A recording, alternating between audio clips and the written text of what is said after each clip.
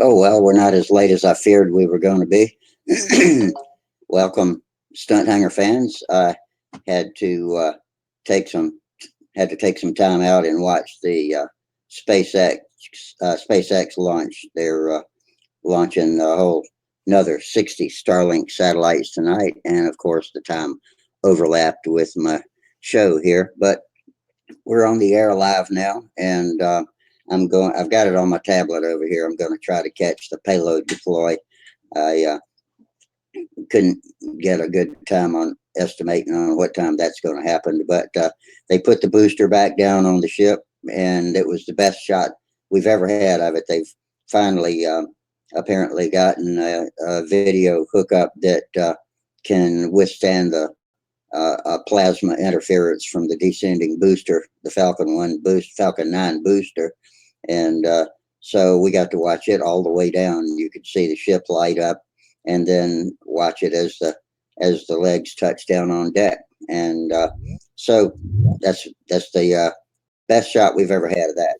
So enough about that for this second. Right now, all the links are posted in the usual places. That is in the At the Bench thread on the Stunthanger Control Line Forums main forum page. If you scroll down past the open forum, you'll see a subsection called Live Streams and a thread called At the Bench. That's where tonight's links are posted, and the link to come in with your camera and microphone is there. Otherwise, you can go to the Stunthanger YouTube channel homepage and watch the show there, and there's a video chat box where you can type into it, communicate with us, and we'll do our best to incorporate your questions, comments, opinions, and whatever else you got for us into our conversation. And so that's it. We'll be here until at least midnight, so we'll see how long the diehards last. It was after 2 a.m. when we signed off Friday night, and I think we were all running out of gas about the same time. So anyway, that turned out to be a pretty good show. We've had a good string of shows lately, and Tom Rammel has already joined me live. How are you doing tonight, Tom? Hi, Rusty. I'm doing well. Good. We had the kickoff on Saturday for our high school robotics team. Oh, wow. Cool. And so they announced with a live stream what the competition will be this year for all of the teams. And so it's going to be an interesting challenge this year. What sort of what sort of feats of prowess do these robots have to be able to demonstrate? Is it a robot fight like we see on TV, or is it running obstacle courses, or what do you have to be able to do? It's a challenge, kind of like almost like an athletic competition. So there are 2 teams of 3 robots on each team, and so they compete against each other. And this year they're 7-inch diameter balls that need to be picked up by the robot and then put into a goal that's about 8 feet off the floor. Mm-hmm. And you get points for that. And then there's also a spinning disc that has different pie-shaped colors. And so you have to spin it a certain number of times and then stop on a specific color. And then the end game is sort of a horizontal bar that the robot has to grab onto and lift itself off the floor.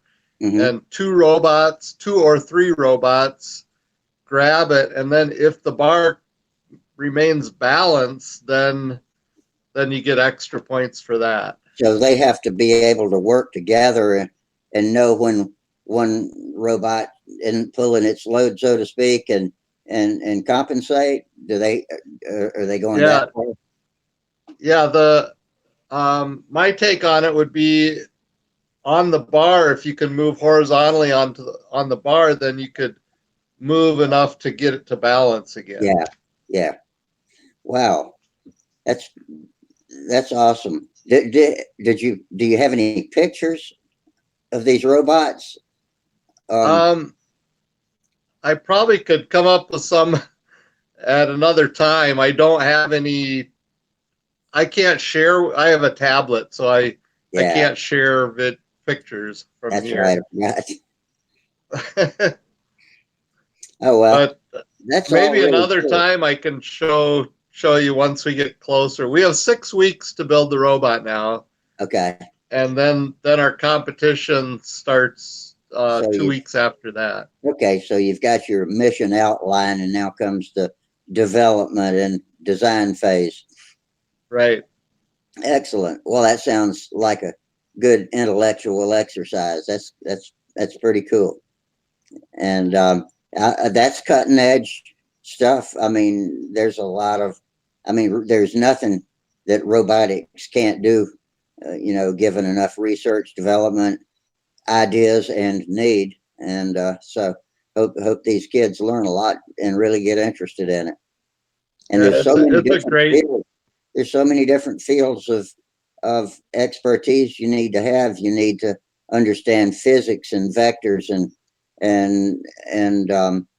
motion and acceleration and electronics and hydraulics and optical interaction with sensors and processors and intake, all of the different sources of information and processing into useful actions. And that's cool as hell. I love it. Yeah, it's a great opportunity for the kids, and I'm a mentor for our high school, our local high school here. Um, What your field of the expertise, your personal field of expertise is electronics, is it not? Yes, it is. But I also know a lot about pneumatics, and so we usually put a lot of pneumatics on the robot. Yeah, Um, and the field is set up with certain obstacles and things also. There's a 130-page manual with all the rules. So it'll be interesting the next few days to try and come up with, a plan for what the robot will look like yeah, and how we can meet all the rules. that's exciting. I I hope y'all have a great time with that.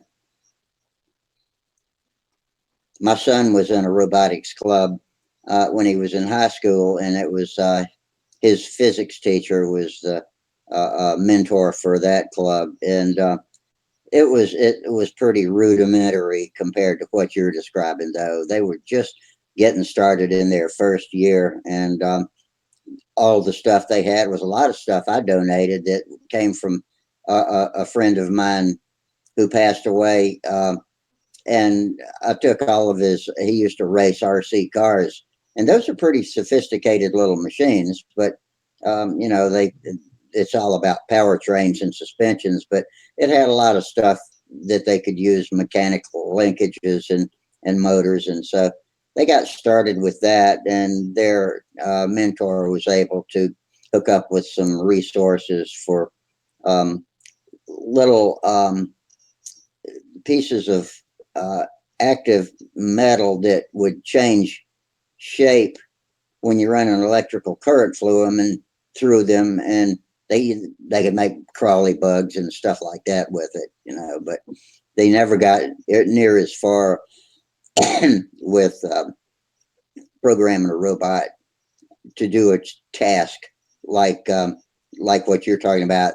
They were more about building a robot that was just able to walk around and recognize light and that sort of thing. But stop when it was blocked and go when it was unblocked. But y'all have taken it a lot farther than that. Yeah, it it's pretty sophisticated. And last year our team went to the World Championship. Um, we didn't do real well at the World Championship, but we at least made it. We qualified to get there. Yeah. Hey, nobody that didn't try got there. So And it looks like John's in here with us. Hey, John. And we've also got Gary Sinclair. And Gary, I got my calendar. Actually, it came in the mail.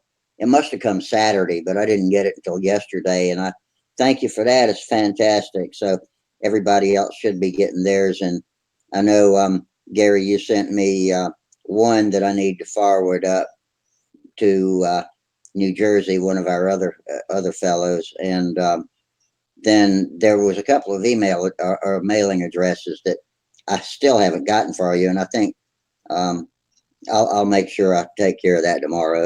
I don't have anything I got to do in the morning except for that, so I'll make sure. If you still need any addresses, I'll get those to you. But thanks for the calendars. In December, I mean January. Gosh, no, it's not December yet. Let's see. Okay, am I big? Can y'all see this, or do I need to highlight it? Yes. I got the screen. Okay. This is January, and the pictures here are photos of my classic entry, the Gladiator 35, designed by Dennis Shower. That was featured in the February '68 Model Aircraft Model magazine. My Gladiator's powered by an OS 46LA. Okay, that's Dennis Nunez. Okay, so this is Dennis's Gladiator. And actually, we watched Dennis do a lot of the building of this plane right here on the show back when we were doing the Google Hangouts. And so that's it. Is it in focus? Can you see those pretty good? And oh, next month I get to be on it. I'll give you a preview of February. That's me and Tom Luciano with our Larry Scarinzi Super Satans, and that's us up at Huntersville holding ours. And the one that I'm holding is one that Tom built. It was his first Super Satan that he built after he got back into control line, and he sent it to me back when I was sick after my first hip transplant. And he and Al Ferraro and those other guys up there in Jersey built me a Fox 36X to put on it. And uh, uh, Tom and Mike fired it. Tom and Mike Lunke fired it up in Huntersville and flew it at the October contest. And that was not this past October, but the year before. Maybe it was May. No, it was October. And I think they got a 118 miles an hour out of it with just regular old stunt fuel, 1022 Power Master. So not even high nitro, and that little sucker was clocking. And so anyway, so the calendar is a whole visual barrage of things like that, little stories with the airplanes. Gary did a great job putting it together, and we appreciate that, Gary. I can't thank you enough. And this, I think, if we got two dangling addresses, I'll make sure we get that cleared up because everybody deserves to have one that helped out with it. But Yes, anyway, thank you, Gary. And I just got mine today, so it had a little bit of damage to the case, but I've got another case I can put it in, so that's fine. yeah, I don't. There's not many of us that don't have a spare CD case somewhere around. You can put some old dusty CD in the broken case and get a fresh case. Right. So how you doing tonight, Santa Claus? I mean, John. I'm on vacation, Yeah, I can't call you No, Santa Claus I'm doing anymore. fine. Yeah. Good, good. Yeah, you don't want You all our got your kids to. coveralls on. You got your coveralls on. You've been baling some hay or something. Well, I always have my coveralls on. And Oh, I live in the country. This is our tuxedo. Yeah. Let's see. My wife's got a vacation from her radiation therapy, so I don't have to be back. I didn't have to be back today, yesterday, to get her in for an appointment this morning, and I don't have to take her in until Wednesday. So I'll be leaving down here in Delta sometime tomorrow, and so I get there to take her up to Huntsman on Wednesday. Okay. And then I'll be back here on Friday night. So How is I was trying to. Yeah. how is she doing? Is she feeling pretty rough from the treatments and you know that's a toll you have to pay to get better, I guess. But how's it going? You're right. She is suffering from the treatment. That radiation and it's on the inside of her mouth where she had the cancer, Yeah, inside of her upper lip, but they got her all burned. It's all red all around here, and she got an infection in there almost immediately when they started it. They thought it was bacterial or viral, and so they had her bacterial because they had her on antibiotics. yeah. And 3-4 weeks of that, and nothing changed. It just kept getting worse. So they decided that it might be fungal, and they changed it to that almost 3 weeks ago, and really hasn't helped in that way. Now they kind of come up to the decision that they're burning her so bad on inside of her mouth that that's where the problem lies. It's just So they gave torture, her isn't it? they gave her a week's vacation from radiation. Good, So good. she's only got 10 days left to go, but now we won't get done until about the 18th or 20th, or somewhere in Well, there. she could use some good healing rest, you know, just chill out, take it easy, don't have to worry about anything for a few days, and that'll work wonders for your mind and body. So I hope that helps out. Well, I thank you for that, and I'm sure you're right. So how's Tom doing? I'm doing well. Good. I was wondering if anyone had seen that FAA proposed rulemaking for drones. I have It skimmed it. may I've not skimmed it. affect control lines so bad, but RC planes fall into that rule if Yeah. it passes. It RC, may be yeah. that I don't think I think anybody that's really worried about control line is, no offense, but being a little alarmist. I just think that if we just shut up and don't noise, I don't think it's going to be a problem for us. I mean, a lot of people were buying the numbers, you know, a couple of years ago when that first came out. And to me, that's just acknowledging that you agree with the policy. And I didn't put any numbers on my plane. I got an AMA number, you know, I yeah. got AMA insurance. Hey, so sue me. I got insurance. But I'm Well, not going to comment anymore on it. That's all I got. yeah. I think the bad thing of it is, and we really got to hang with them. Like they say, you hang with them or we hang separately. Is that it's going to really put a big burden on RC and these are our fellow modelers. We need to kind of back them up a little bit. It's ridiculous. It's like I read on the hangar here on the forum. I think it's one of the McEntees or somebody made comment be like they're going to just if they put them on all of the RC planes and all of the put those transponders on all of the quadcopters and all of that stuff, they're going to have so much garbage on the radar screen up where they're trying to manage air traffic that they'll just filter them out. They won't they won't look at it. So it's going to It's it's going just to stupid. create a nuisance. Yeah, it's going to create a Yeah. nuisance for controllers and whoever else has to monitor that. Somebody made the comment that if we have to put it on control line airplanes, he said he'd sure hate to see what the controllers have to go through when there's a combat meet on. There it is. No, there it is. No.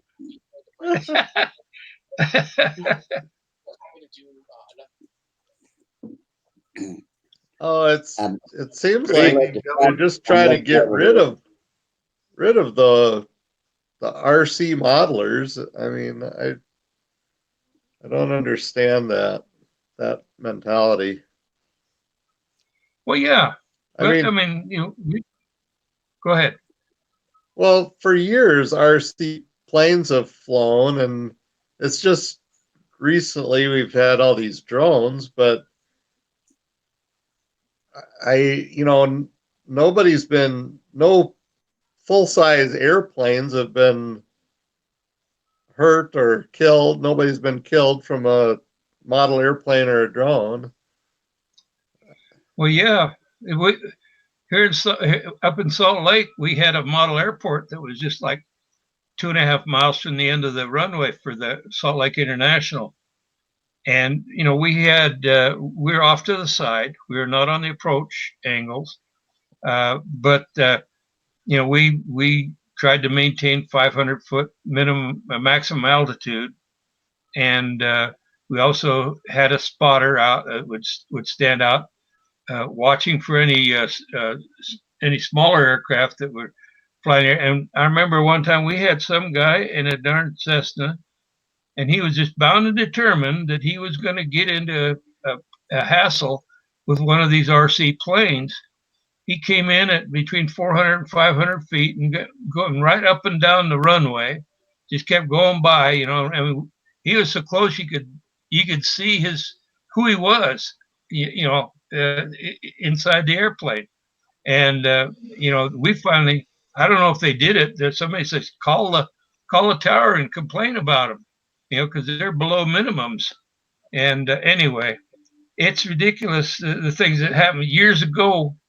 When I lived in Wisconsin, I lived in an area called Sturgeon Bay, which is on the thumb of Wisconsin. It sticks out in Lake Michigan, Green Bay on the other side.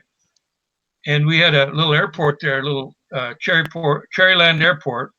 It's primarily a fixed base operation, but we had a little local air service that came out of Milwaukee and Chicago O'Hare, and would had maybe they only carried like 8 passengers. So, but we had permission to fly again off to the side, not on the main approach, but off to the side on one corner of the airport property, and we were under. If they told us to land, we would, and if we were always to keep a lookout, which we did, and they came and told us that we had one of these little commuter airlines coming in, and so we landed our airplanes. I was present at this. We landed our airplanes. We were standing there with the airplanes on the ground and unfortunately for the pilot, we had overhead, we had clouds down to about 700 feet.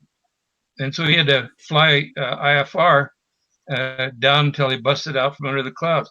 Well, he swore up and down. He went and complained at the main, the desk there about we were up in the air and he was scared to death. He was going to run into us, and we were flying our airplanes. He nearly hit one of us and all of that. And he came up. The fellow I was flying with was an ex-colonel from the Air Force. He flew P-47s over D-Day, and he was a very how would I put it? You didn't cross him up. He was very vocal. And this guy came up, this 23, 24-year-old pilot came up to him, started reading him the riot act, and he took the kid right down and pounded him, not physically, but verbally pounded him into the ground. And the upshot of the whole thing was we lost that flying site. We could no longer fly there. Even though they knew that we were on the ground, we couldn't. So that's kind of how things go, I guess is what I'm trying to say.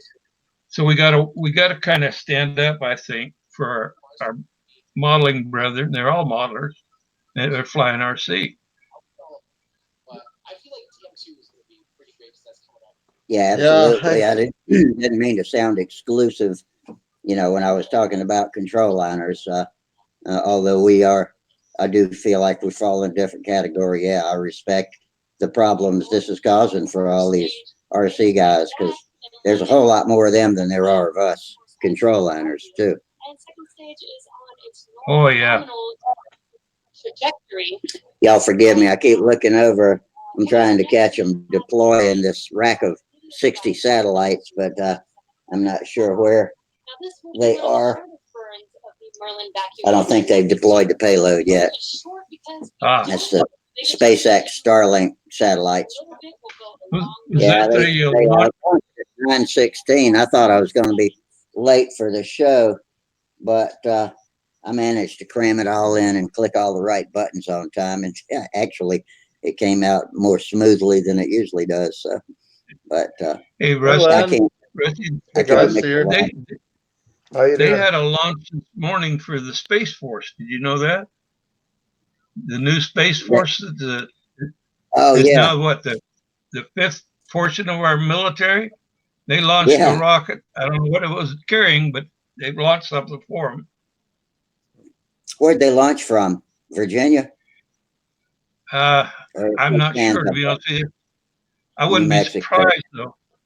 I wouldn't be surprised. Is that our Yeah, Canadian up there? You betcha. Yeah. How you yeah. doing, guys? Man, Sorry, How I you had doing? to. Sorry, I had to leave in a hurry the other night. Stuff came up, and I just had to go. But I'm back. Oh, right. good. So what's new, gentlemen? Nothing. Just Well, another Monday. Everything's clicking along pretty smoothly here. Yeah, same here. Went to the dentist today. All's good now. Got your teeth cleaned and all, or did you Well, have something worked on? I had to have a couple of fillings today, but everything went smooth, so it's all good. Yeah. Yeah, Anytime I can go.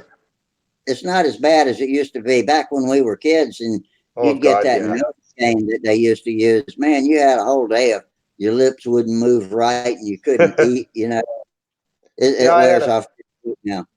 yeah, I had a couple hours. That no big deal. Yeah, The good thing is when the freezing went away, there was no pain, so it's all good. excellent. So we're back in action.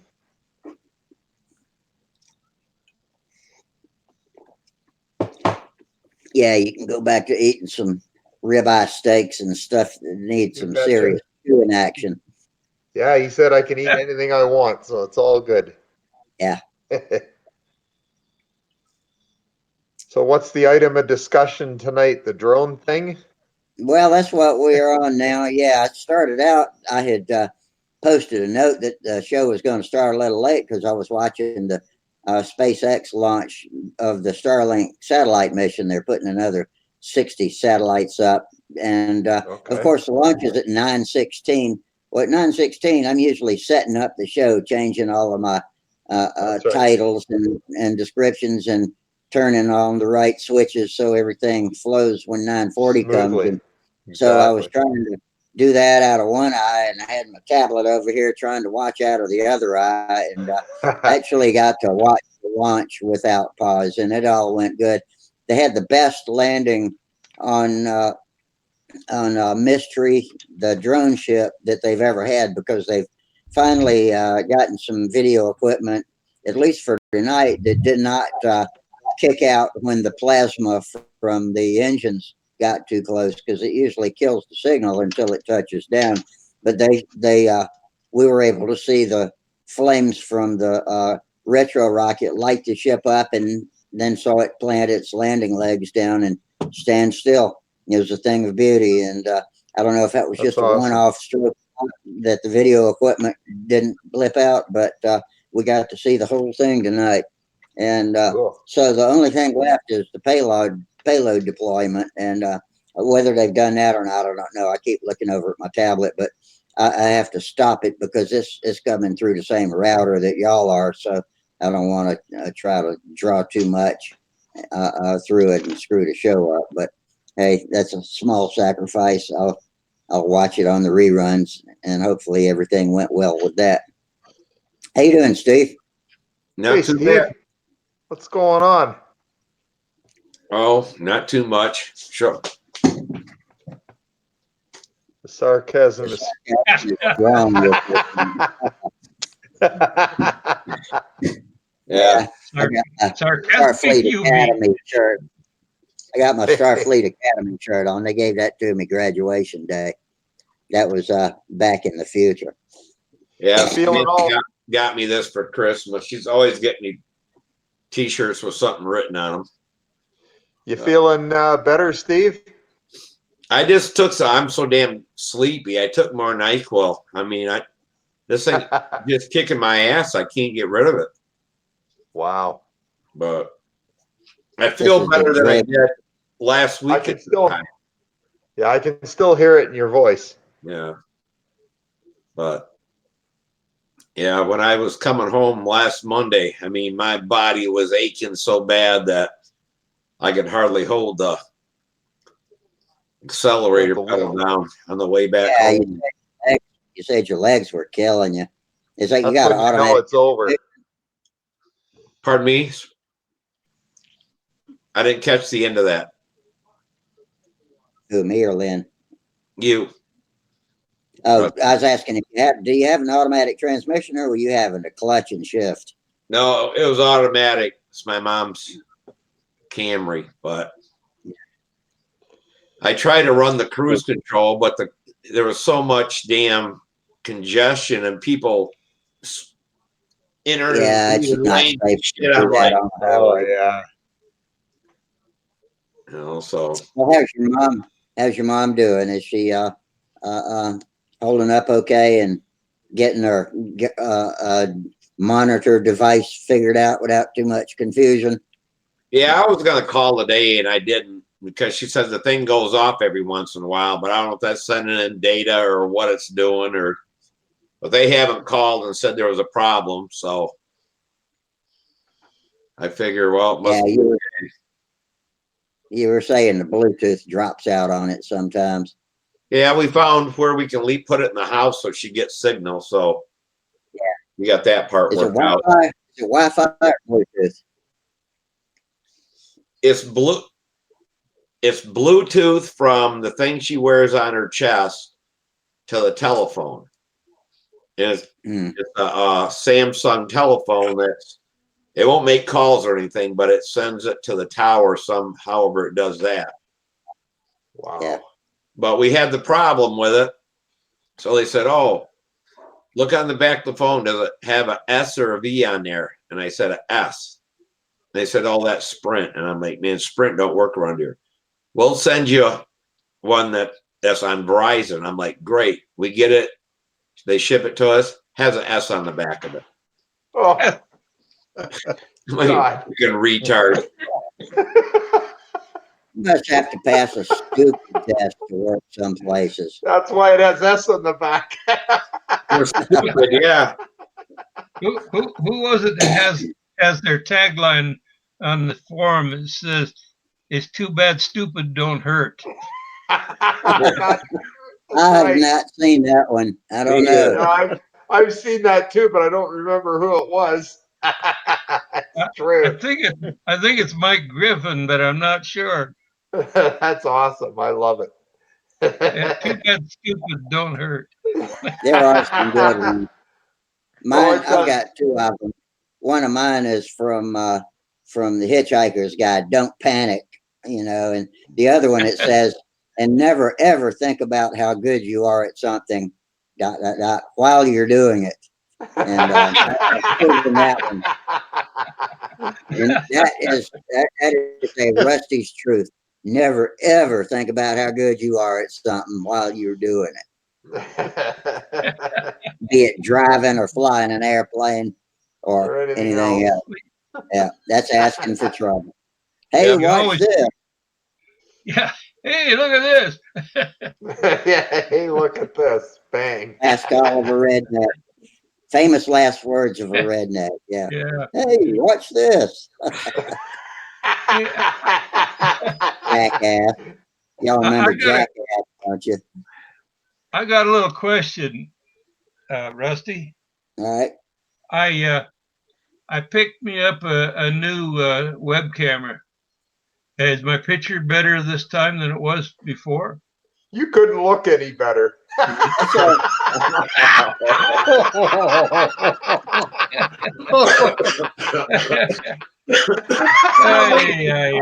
Poor Steve. Look what you did to Steve. You tried to kill me. You should have saved your money. Well, I'm going to take that as a yes. Well, hey, John, the color is pretty good, but you're a little fuzzy. Nothing. Not, yeah, I walked right into that too. But the picture is slightly blurry, but the camera, the colors are rendition is perfect. It looks pretty good. It's not Okay. crystal clear, but nobody here is. Oh God. Len's gonna have a hemorrhage here in a minute.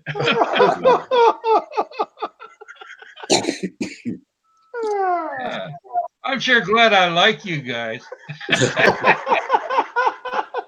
Well, it goes both ways. Oh, man. Hey, Oh, that made my day. Yeah, right. you're easily satisfied. I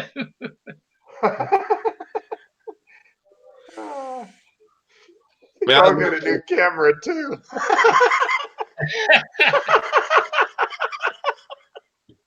Did wonders for you. I broke the other one. I don't know how.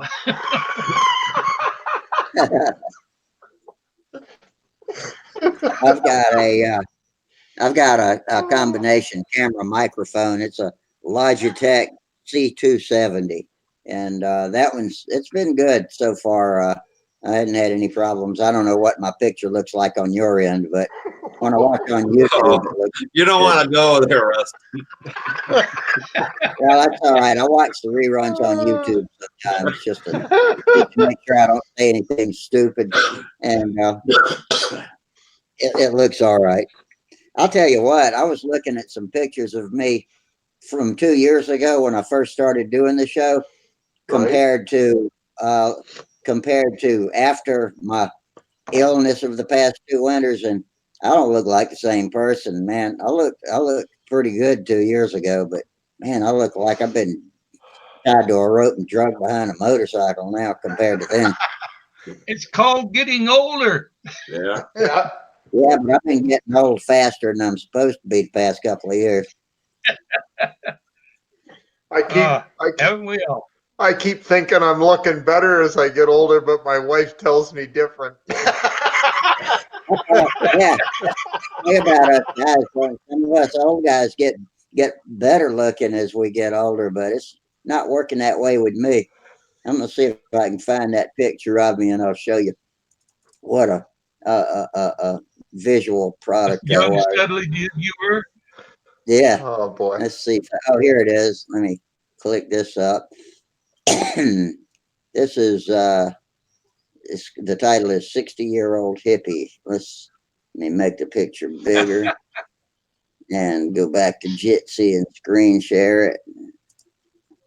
And let's see, screen share. Okay, application window, share. There's what I looked like 2 years ago. Now tell me I looked a lot better then than I do now. I look like crap now compared to that. I think I'm gonna get my hair cut off and look like that again. Well, you do Not look a too bad little for a studlier, yeah. Yeah.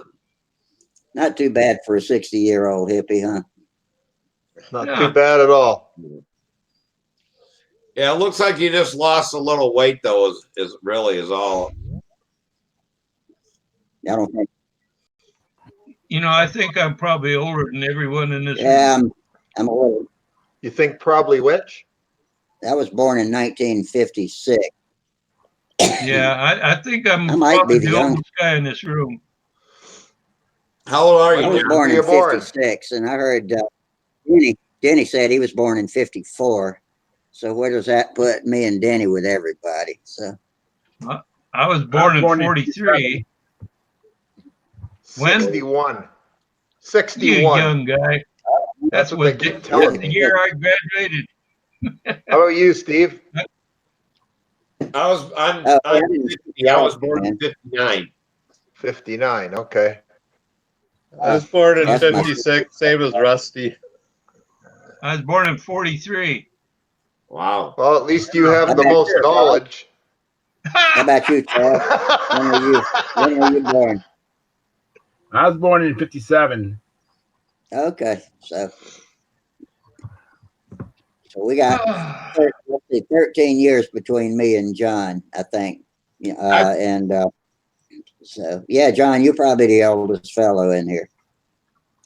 I thought Yeah. I was old when I was 60 with an 18-year-old. But Carl, what you got? What, a 13-year-old? I have a 12-year-old. A Yeah. 12-year-old.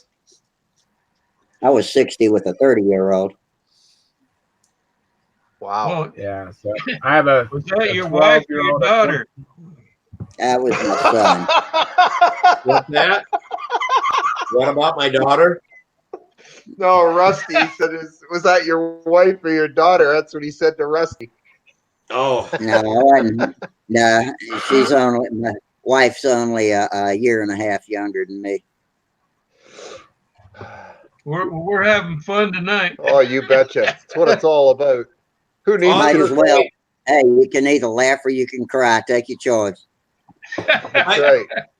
my favorite saying for all you married guys is one good turn takes all the covers. We got some YouTubers chiming in. Gary says he was born in 43. So he's got you by a year, Hey, John. Did you say 44? no, 43. And Okay. Kenneth Colbert, hey, we got a comedian in here with us. Kenneth Colbert says he hatched in 1956.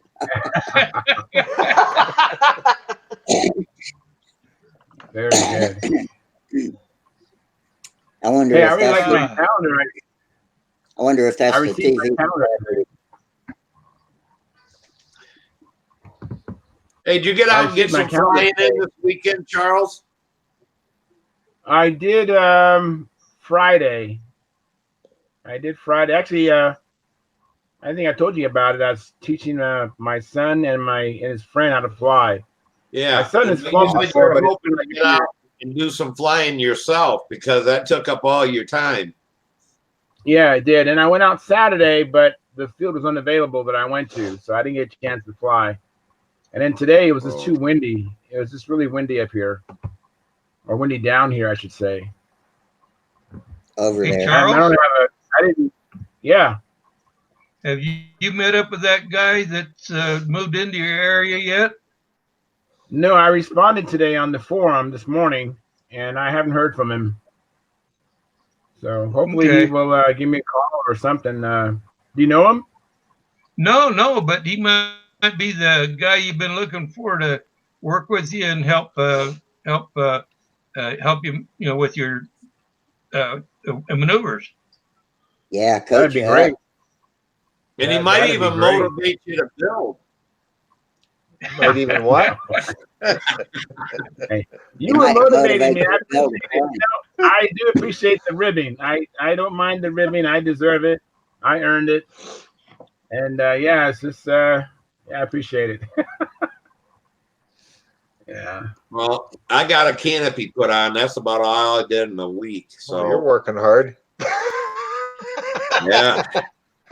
Hey, I got out in the shop yesterday and spent about 2 or 3 hours until my legs froze in Good for you. on that concrete floor. But I had fun. I That's actually awesome.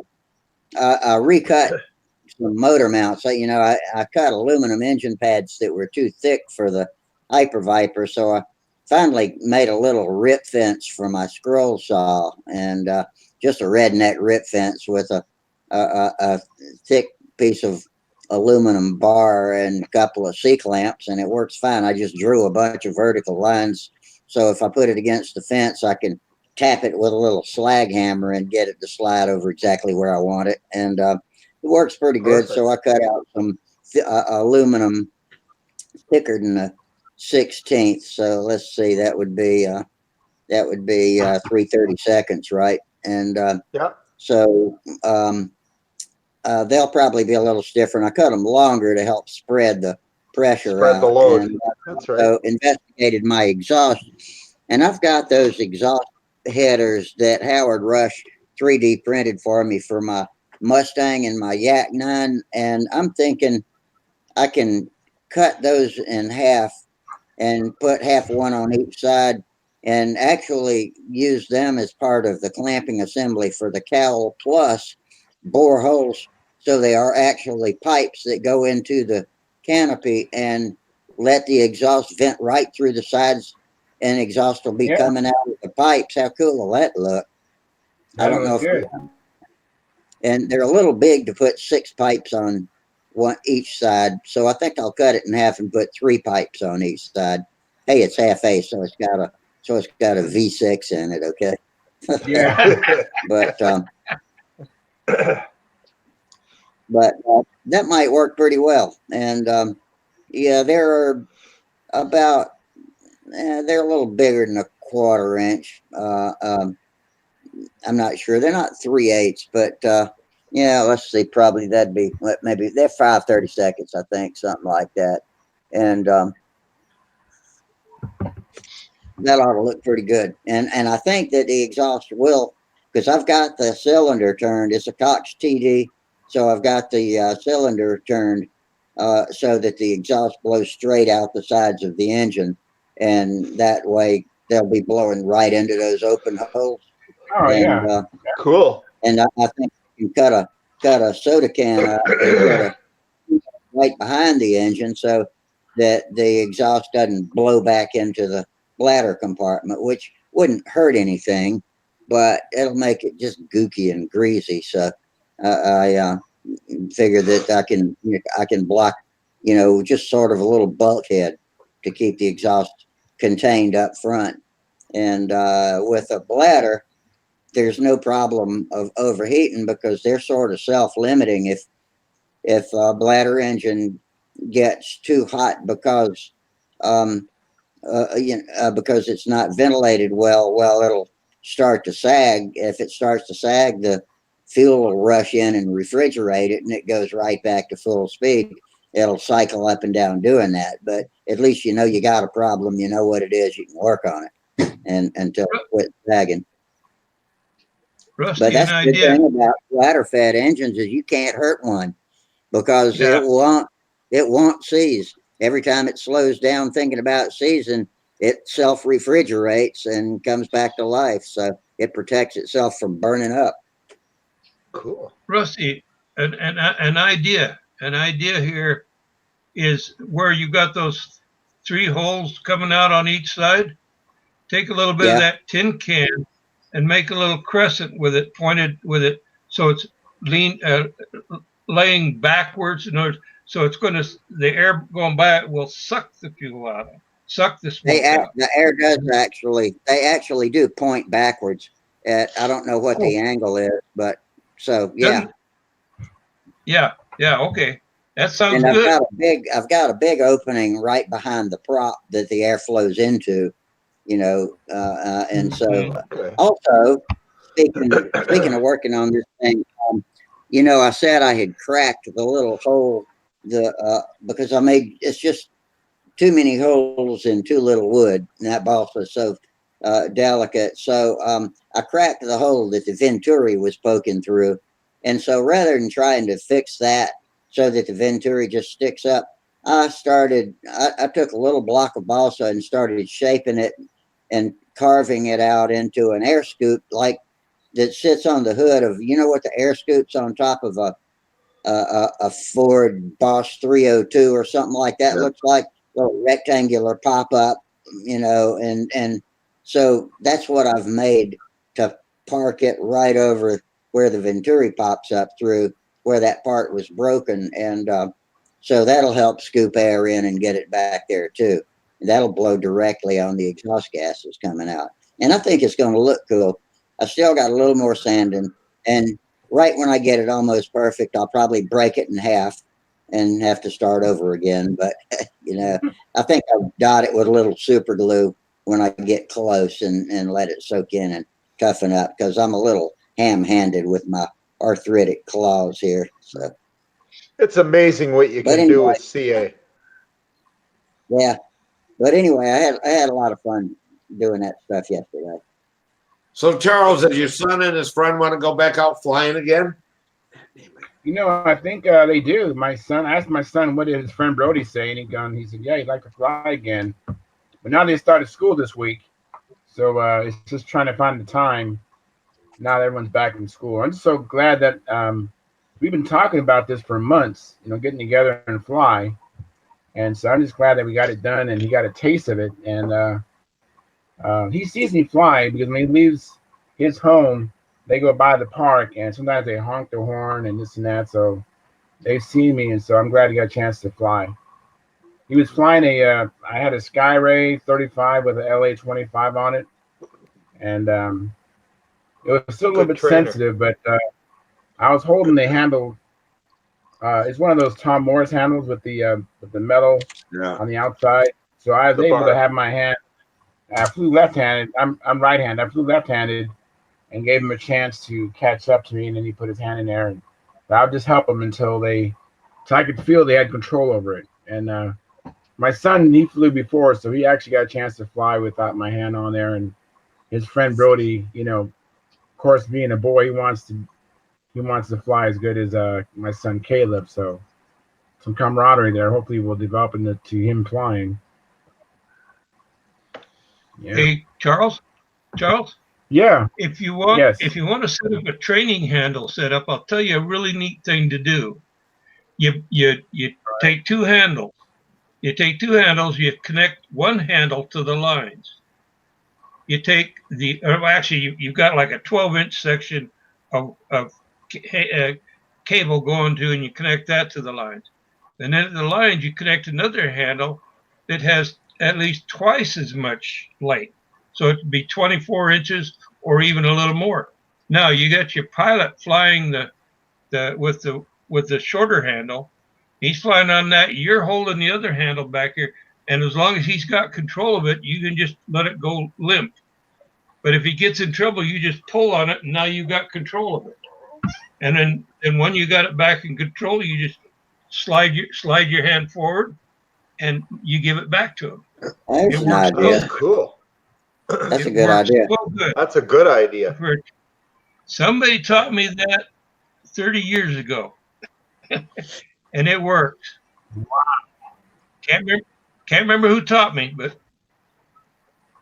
That's a neat You ought idea. to see a collection of handles that Watt Moore has made in his shop. He's one of our elder statesmen of control line in the Metrolina Control Line Society, MCLS. That's our club in Huntersville. And he's made control handles out of just about every damn thing you can pick up out of a trash heap I ever saw. But he's got all different types, from carrier to whatever, different kinds of control line disciplines. He's made them out of saw handles, and some of them are obviously too heavy, but he's pretty ingenious. He's come up with a whole array of different. I ought to get him to line them all up and take a quick slideshow video shot of that sometime, of all the handles Watt's made over the years. I'll show you guys the training handle I made. I'll go get it. All right. Alrighty. okay. I like the Tom Morris handles that have the aluminum bar in the front, and I use a cable handle still. And if the helper can put his hand on the aluminum bar, and the pilot can have it on the big fat wooden part. Yeah. At so my Oshkosh, one- they have the kids that fly, and the pilots just put their hand over the kid's hand, but they always have a finger, the pointer finger out so they can grab the upline, just in case the kid purposely tries to put it into the ground. Yeah. Oh.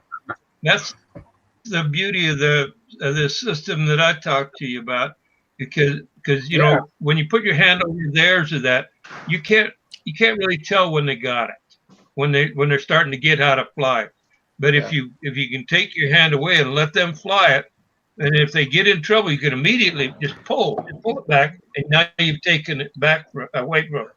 When you got it back under control, you say, "Are you ready?" And you put your hand forward, and they got it again. And they can't put it in the ground, even though they'd like to. They can't put it in the ground because you can take it away from them. All right, I'm collecting. I like that idea, John. Oh, That looks like no, So basically Right. what it is it's like two easy just handles put together, one in the front, one in the back. So the Oh, person wow, okay. who's Yeah. so the person who's learning grabs from the back, and when I'm training, I hold on in the front. And then I can fly with Right. my right hand, and then they just put their hand right in behind mine. When I'm Yeah, confident that they're doing okay, I just let go a bit, and then I grab on again Right. if I have to. Or you can Yeah. go back to just fingertips too if you need just Yeah, a little exactly. bit of backup. Yeah. You made So that yeah, it or works what? pretty. Yeah, I made it. It's all handmade. I just made it out of a piece of 3/4 inch plywood, and then drilled holes Nice. right through it. So it worked out good. And then I just put a recess in the back of it, and a 1/8 inch aluminum plate, and a slot in the back of the handle, and the wire just goes up through the aluminum plate and then back down again like an easy just. Yeah. So, and if Yeah. a thunderstorm comes, the trainee's the one that gets shocked and you don't get That's shocked. right. Very good. I don't That's want right. You're out of the way. You're all wood. Yeah, to. I like that. I think Denny Yeah, just came in. We don't fly in thunderstorms. Come on There now. he is. Hello, everybody. Hey, Denny. Denny. Yeah. Sorry I'm late. Hey, Sounds like Dennis. you guys got quite a party going on already. Oh, yeah, Oh, we're yeah. having a big time tonight. Oh, we have had. Very good. Sparky come on tonight at all? Not Oh. yet. Yeah, I was kind of wondering. He was on the video channel all weekend, so Yes, I Yeah, got the he Probably was. notification. I never did tune in though. I wanted to, just I couldn't find the time to stop and get in front of the computer. I don't think I sat down in front of the computer from Friday night till today. Oh, he you might just be my disappeared. hero. So, Yeah, I was too busy out in the shop working on airplanes yesterday. yeah. Hey, did one of the things that surprised me about Sparky's, and I'd ask you, I wish he was here. I'd ask him, ask him directly. But one of the things I've noticed whenever he shows off the project, he's always got the engine, prop, and spinner in it, even though it seems to be a I had work the in same, progress. I had Yeah, the same question yesterday. yeah, and I don't know if anybody's ever asked him about it, but I mean, I usually like put all that stuff in, make it all fit and everything like that, shape the spinner, whatever, and then put it the heck away. You know, unless I really, really need to use it, it doesn't go in again until the airplane's ready Yeah, to fly. You know what I mean? I've even got He a likes dummy engine in my Cardinal just for the footprint, so I could Yeah. get everything right. But I'm not going to fly it with that. It's just an old junker, and I've got the LA-46 on the shelf, polished up I and think ready. I think it's because he likes to weigh it all the time. Keep weighing it to Yeah. make sure it's That's what still I light. Yeah, That's make what sure I Yeah, you made no. a point there, Doug. I mean, I'm more of a curiosity than anything because obviously Sparky does wonderful work and beautiful work and lightweight and everything like that. And but I was just curious. It just seems like all the sanding he does and everything like that. It just seems like it'd be taking a chance on getting everything dirty, taking a chance on a drop of oil coming out of the engine or whatever. Yeah, they never quit dropping oil. Oh yeah, Matt. you can be as careful as you can, and really even use stuff rags or whatever in the exhaust Yeah, and stuff. But I always used to put like a drop of oil in that too, so it wouldn't dry out or lose little fragments inside the engine or anything like that. So okay, I was just Well, Well, he's the used one the thing hard I did, business. these little orange cups on the glow yeah. igniters make good Venturi covers. Mm-hmm. Yeah, Yeah. kind of hard to stretch them over the exhaust though. So That what I reminds did me. on That's for sure. the plane we were working I've on always, is I ended up putting the battery in it just so when it was on the piece of foam, it balanced better. mm-hmm. Once we were getting it painted and everything like that, it became tail heavy as hell. Mm-hmm. So I was always putting something on to weight it, and I'm like, hell, I'm gonna throw a battery inside the battery box. As soon as I did it, it'll set on the So I'm wondering if that's why he leaves the engine in it when he sets it on his little cradle thing. It doesn't flop around as much. That's another good idea. That's another good idea. Maybe Right? Yeah. a fishing sinker would serve the same purpose. Yeah, and I still wouldn't I want t- the prop sticking out there either. Yeah, I tend to agree with Dennis. Yeah, I never did the prop on him, but like I said, I tend to agree with Dennis. I'd be too afraid. it works good with the battery in the battery box. Yeah. Just throw the battery in it. Certainly, he doesn't paint it with the engine in place or anything like that, does he? I think he was No. yesterday. Well, I saw him paint the gold nose. He took the motor off to paint the gold nose Oh, he did? last week. Yeah, last weekend, not this weekend, but Mm-hmm. and I was watching him doing that, and he took the motor out. So he takes it on and out, on and off. Maybe he'll get on Friday and let us know. That's it. That's it.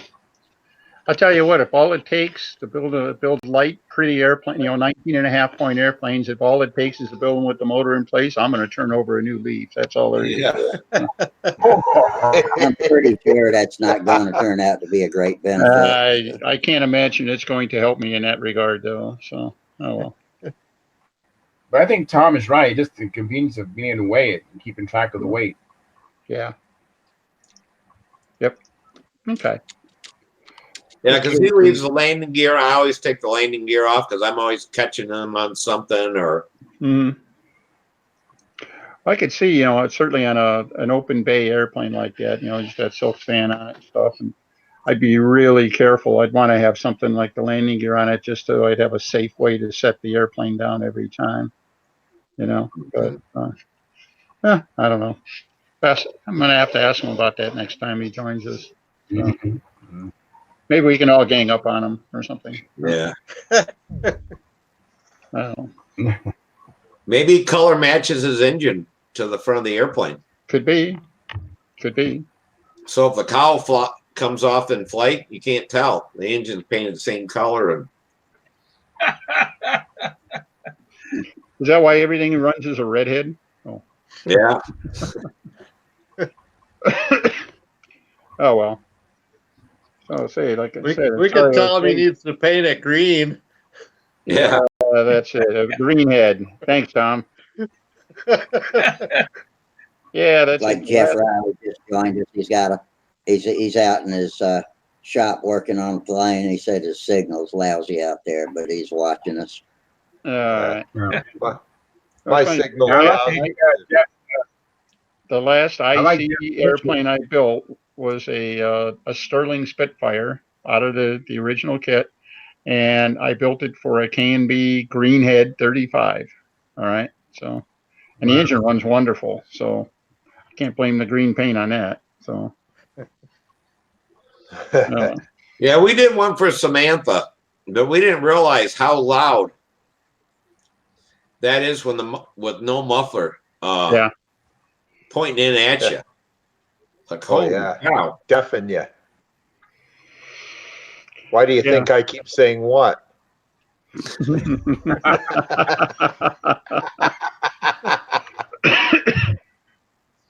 I had to turn off my camera mode again. It's because I'm Canadian. All right. Yeah, John disappeared. Yeah, he did. Did Walter join in tonight yet? No. No. I haven't seen it. It was funny. The other night he had so much trouble getting in, and he finally got there, and then he finally at the very last came back with a good solid signal. And man, he looked good. He sounded good, and everything. He had everything set. I thought for sure we'd see him again tonight. So. He just had no shirt on.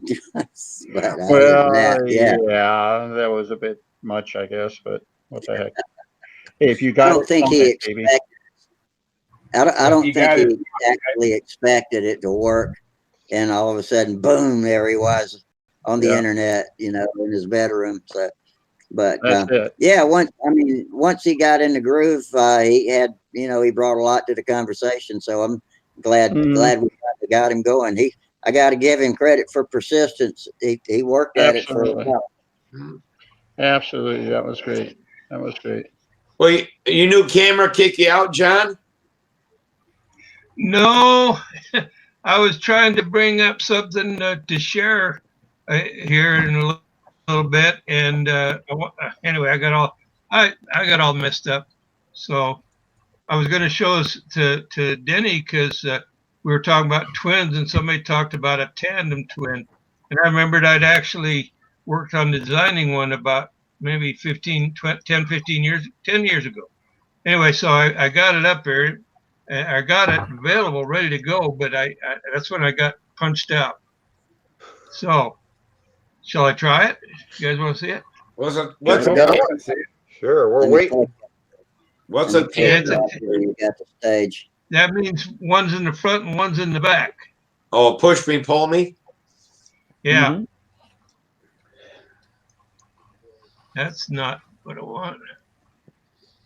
While you're doing that, hey Dennis, Yes, you need sir. you need to design and build that twin that Howard Hughes crashed in. That had a twin with Screw- counter rotating props on both, and you got the counter rotating system. That would be really cool. Yeah, it would. It would. Let me know how it turns out for you. So Is it? I don't have all you got all that stuff, and you can draw CAD and yeah, I'll put you in touch Did with it? the source. How's that? Okay, John Miller's having connectivity issues. I see him Oh as no. I see him screen sharing now. Oh yeah, I see that connectivity issue. It'll clear itself up. Just keep trying to screen share, and it'll probably clear, or it'll kick you out. Yeah, it says Jitsu is sharing a window. yeah. Now John and Lund look just alike to me. They could be brothers. Well, darn it! I thought this is kind of cool. You guys be interested. I'm showing you're not when you do see it, if we see it, you show I've got IC engines in there because that's before I knew much about electric, and they were still trying to perfect it. And the Mhm. problem with an IC engine running as a pusher in the back there is you go up where that one goes rich and the front one goes lean, and they don't work together well unless you specially design the tank. And I'm not sure exactly how to do that.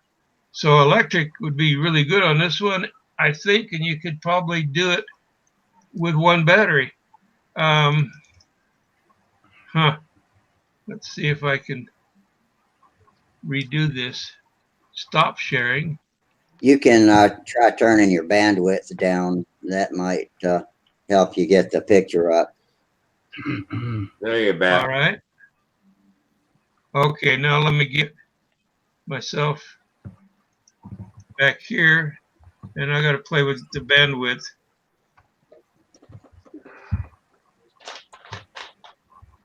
I forgot how to turn the bandwidth down. I might be I think it's reverting. no, I thought it was under settings, but it's not. Oh, wait a minute. I'm thinking back to, I'm getting confused with Google Hangouts. There was a way to mouse up, turn your bandwidth down there at the top of the screen, but I don't know that we can do it here. Let me see. You can.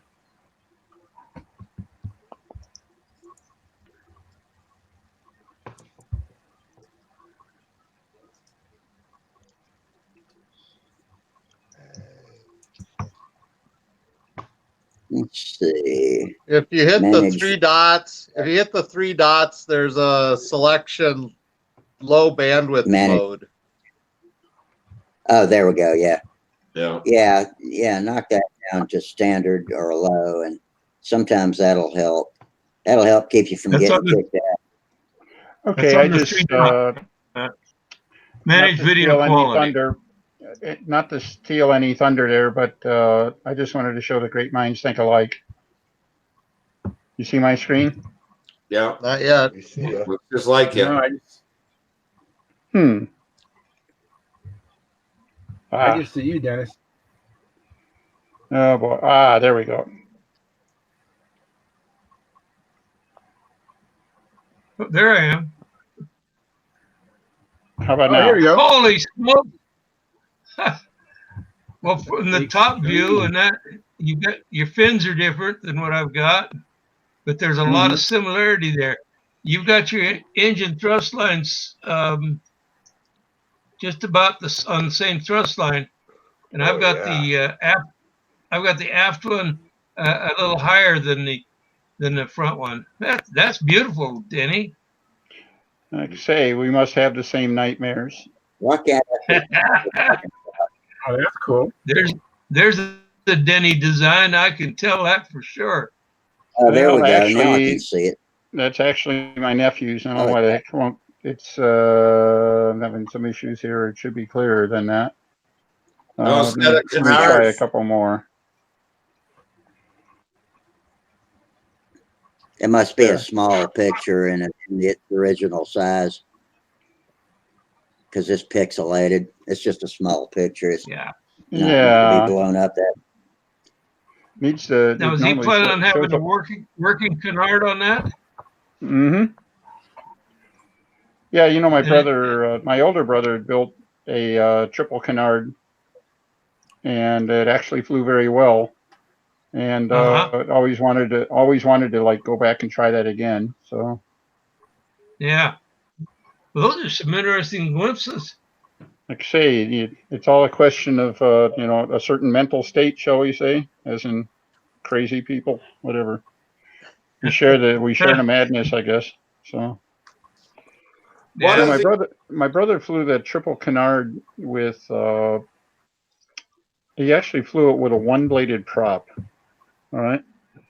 Really. And I flew that airplane, and it was the craziest thing. It tracked incredibly well. You wouldn't think it would get out of its own way, but as soon as you turned the corner, the thing just jumped into the corner, instantly flattened back out, and everything like that. And I don't know, the aerodynamics or whatever.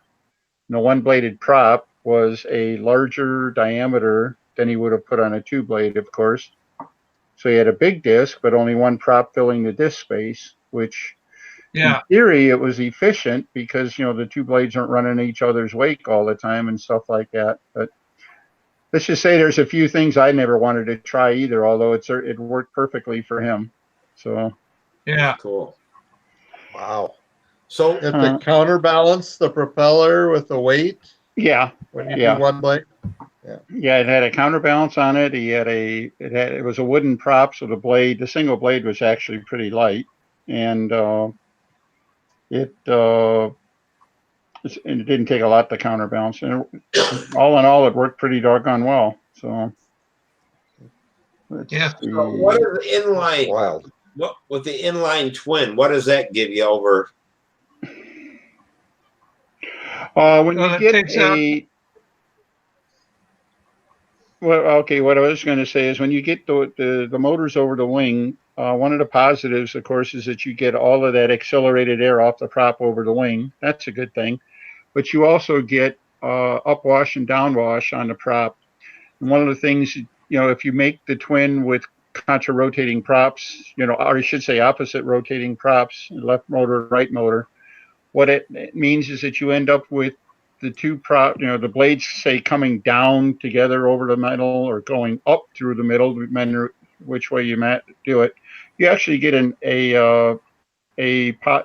can influence the angle of attack in the center of the wing. The center of the wing will see a net positive angle of attack in the center, you know, on the wider chord part, and of course the outer panels will be negative. And so you get, at least on paper, you get into a situation where it behaves like it's not straight. The original you can read up on this on I think it was in the Wikipedia article on the original XP82 twin Mustang. They had it set up, and the prototype would not leave the ground, and they switched because the props, they had the normal prop on the left hand side and the reverse pitch, you know, the left hand rotation prop on the right hand engine. And the net effect was the two props, tops of the props coming down in the center, had the effect of putting like a downwash over the center of the wing. And the center part of the wing wouldn't develop enough lift to get the thing off the ground. They literally switched the engines from side to side, and that's how they test flew the first prototype. And I've wondered about that a lot because I've seen twin Mustangs in museums and stuff like that, and they are back the other way, the American way, if you will, with the normal prop on the left side and the opposite prop on the right side. But it's one of those things, I guess. Let's see. Am I sharing? I actually flew a Cessna with, they call it the push or pull me Cessna. Yeah, the 337. Yeah. That 337. Mm-hmm. And that's what they always Skymaster. put me in to get twin time at first. Get used to running a twin engine without it causing all kinds of yaw and shit like that if you didn't have the right and stuff. So. Mm-hmm. Yeah, and the big problem with the Cessna was that the rear engine, if you spent a lot of time on the ground, the rear engine had a knack for overheating and shutting off. And inexperienced pilots or maybe experienced pilots who just weren't paying attention, they tried to take off with a single engine and couldn't understand why they didn't get off the ground or worse. And so they tried doing it. It was intended to be a safe twin, but in reality, it tended to be a little bit unsafe because you didn't have an intermediate visual cue or whatever that the back engine was actually running. So I don't know. It seems to me that would have been something. They could have done something to beat that back, but apparently not. So. Yeah, I feel like they could have cooled it somehow. Mm-hmm. Yeah, Am I sharing at all? No, it keeps saying you're having bandwidth problems. I don't think you got enough grunt to do it tonight, John. Okay. I'll save it for another night. Yeah. Yeah, I like that design of that Extreme E, Dennis. Well, it's just one of those things, and it's like I got started on it, and that's another one that's not finished. But I got started on it and got a little bit worried about it because it seemed to be a lot heavier than I it seemed to be picking up weight in a hurry. That's all. Oh, okay. But I was worried about how much it was going to weigh. I think part of my worry on that is probably overkill because it was going to be heavy in part because the engines I had planned for, the motors I had planned for it were going to be bigger than they needed. And if I downsized the motor, of course, that would have saved weight. And the other issue was going to be the single battery is probably, like John said, single battery is probably the best solution, but I think I could have gone with a smaller battery in what I was planning on. And those two changes should have made a nice change in the overall weight of the airplane and probably would have put it back in play. So I don't know. Oh, you started working on it a little bit? Let's see. I'm having the hardest time. I can't find any of my old pictures anymore. I don't know where the heck I put them all. That's not going to work. No, I had a picture of my brother's airplane here someplace, and I can't seem to find it. This one. I guess that'll have to wait for an assignment for next show. What are you doing? Andy. I think Steve meant to mute himself before he went on. Hey, we got somebody else joining here, huh? It said fellow Jitster, but no picture is showing up yet. So far, it's just fellow Jitster. Oh, yeah. Let's see. You're not going to get a picture. Yeah, somebody's there. Yeah, AvioJet. Yeah, people are getting hey, kicked out Charles. right, left, and center. This is Charles. Charles, My camera. My camera's broke. Oh, well, your microphone works. Does that mean we're lucky or what? I don't know what you said. Are you lucky? Yeah, are we lucky your camera's broke? Oh, I'm sorry. There's nothing I can do about it. It's my wife's computer. It's old. I got Windows 7. I'm lucky I'm in. Who Oh is yeah, you got Yeah, one you're of them really computers lucky. so old it's made out of wood. Well, that's it. That's all right. I tried a couple of weeks ago. I tried joining with my my old Smith Corona, and it just wouldn't let me get there. So There's somebody else here, I mean, I Len, was. his camera's broke. Wait, Yeah, Len's he Mm, has. camera's Yeah, no, broke. my camera is not broken. I'm just Canadian. Say again? Yeah, yeah, up Canadians there in aren't allowed to show their face in the United States. Except when they come down there to beat you. they have to turn their picture off. Denny, don't you know a Smith Corona typewriter doesn't work as a computer? If we added so our I ages learned. up, if we added our ages up, it'd be 1,000 years. It was a pretty good word processor, Tom. I figured, what the heck, you know? What the heck? Nah.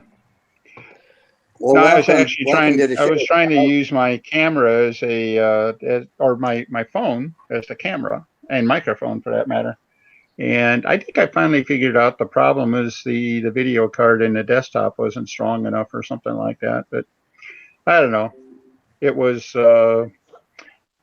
I wanted to use the desktop because I have two monitors on it. I wanted to have one window with the YouTube stuff and the other window, of course, with the chat. And I know that Rusty spends a lot of time trying to keep up with what's happening on the YouTube and trying to keep the tubers, involved and whatever. Sometimes they're asking questions and stuff like that. So He's got a lot going on these things.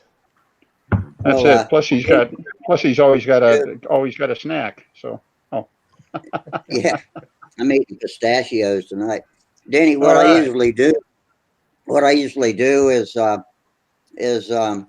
I go to the YouTube and click the three dots at the top of the chat box on the YouTube side and click pop out chat, and then it's its own little window. You can close YouTube. That chat box will stay open, and you can make your main videos Jitsi screen smaller, and then park the chat box right next to it, and Oh, okay. drag it around and So you can basically get just the chat box then. That would yeah, make it a whole lot easier. John, is Okay. there yeah. a thunderstorm going on there by you? No, Oh, because I see in no, that room behind you, it keeps lighting up like there's lightning or something coming through a window. that's the TV in the other room. Oh, okay. Either that or it's the aftershock from John's event up on the roof a couple of years ago, right? So he kind of glows a little, or I whatever. still have a glow. Yeah, I was wondering if you like old Fester on the Adams Family, where you can put that light bulb in your mouth and it'll light up. One under each arm. Here we go. That's it. Or point at something and shoot sparks? Well, no, I'm ex-Navy, right? So I got running lights, a red one and a green one, and put the white one here. I got running lights. That's it. That's it. I wished I could have That's showed good. that drawing, because I think that Archie and I could have had quite a discussion on that. I noticed that your brother's design was all in line. Yeah. Yeah, I think the funny thing is he took one of his existing. There was an article I think it was in Model Aviation, mid '80s, late '80s. Remember that? They were showing off the triple No. canards. I think they were right on the cover. They had like a couple of slope soaring airplanes that looked pretty normal, and a couple of them, not all of them, had a canard in the front as well as a tail in the back. And somewhere around there, the Italian airplane, the Piaggio 188 or something like that, push pull business plane, that came out. And so my brother has always been, fascinated by, offbeat stuff like that. He literally took an old stunt plane and he put a canard on it. Just what if, And the darn thing seemed to fly pretty good. So he built a on purpose airplane after that, and it flew really good. So, but he, that's basically where the idea stopped. That was about the time he wasn't flying real actively anyway at that time, and I don't think he built anything. In fact, I think that may have been the last full stunner he built. But he still got the airplane. We've been my nephew and I have been both picking on him to try to get the thing, get it converted and get it back in the air, because it was a fascinating airplane, and we think we could have a lot of fun with that. So, of course, the other thing is we could also just break down and build a new one, doggone it. But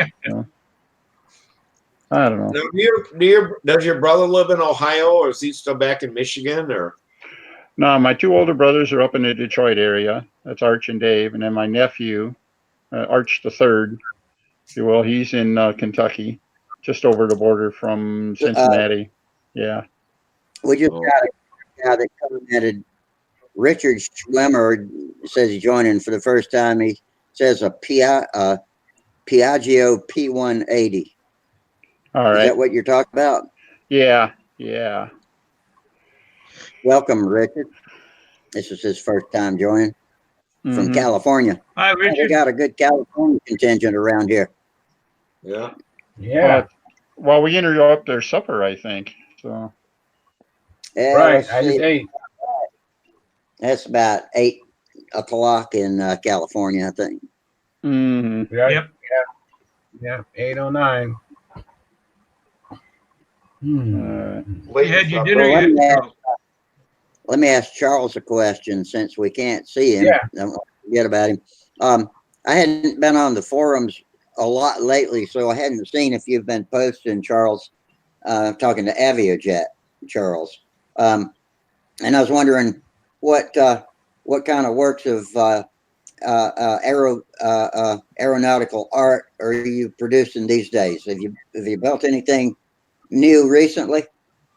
I haven't done aviation art in years. Oh, really? Well, I did all my artwork back in the 80s and 90s. well, the Skyfall, the Flight Streak Skyfall, I remember Were you that. talking about on the model airplanes? Yeah. Oh, I thought you were talking about the paintings I used to make for art galleries. Oh, no. I was talking, because that's what I'm familiar with is your model airplanes from Stunthangar.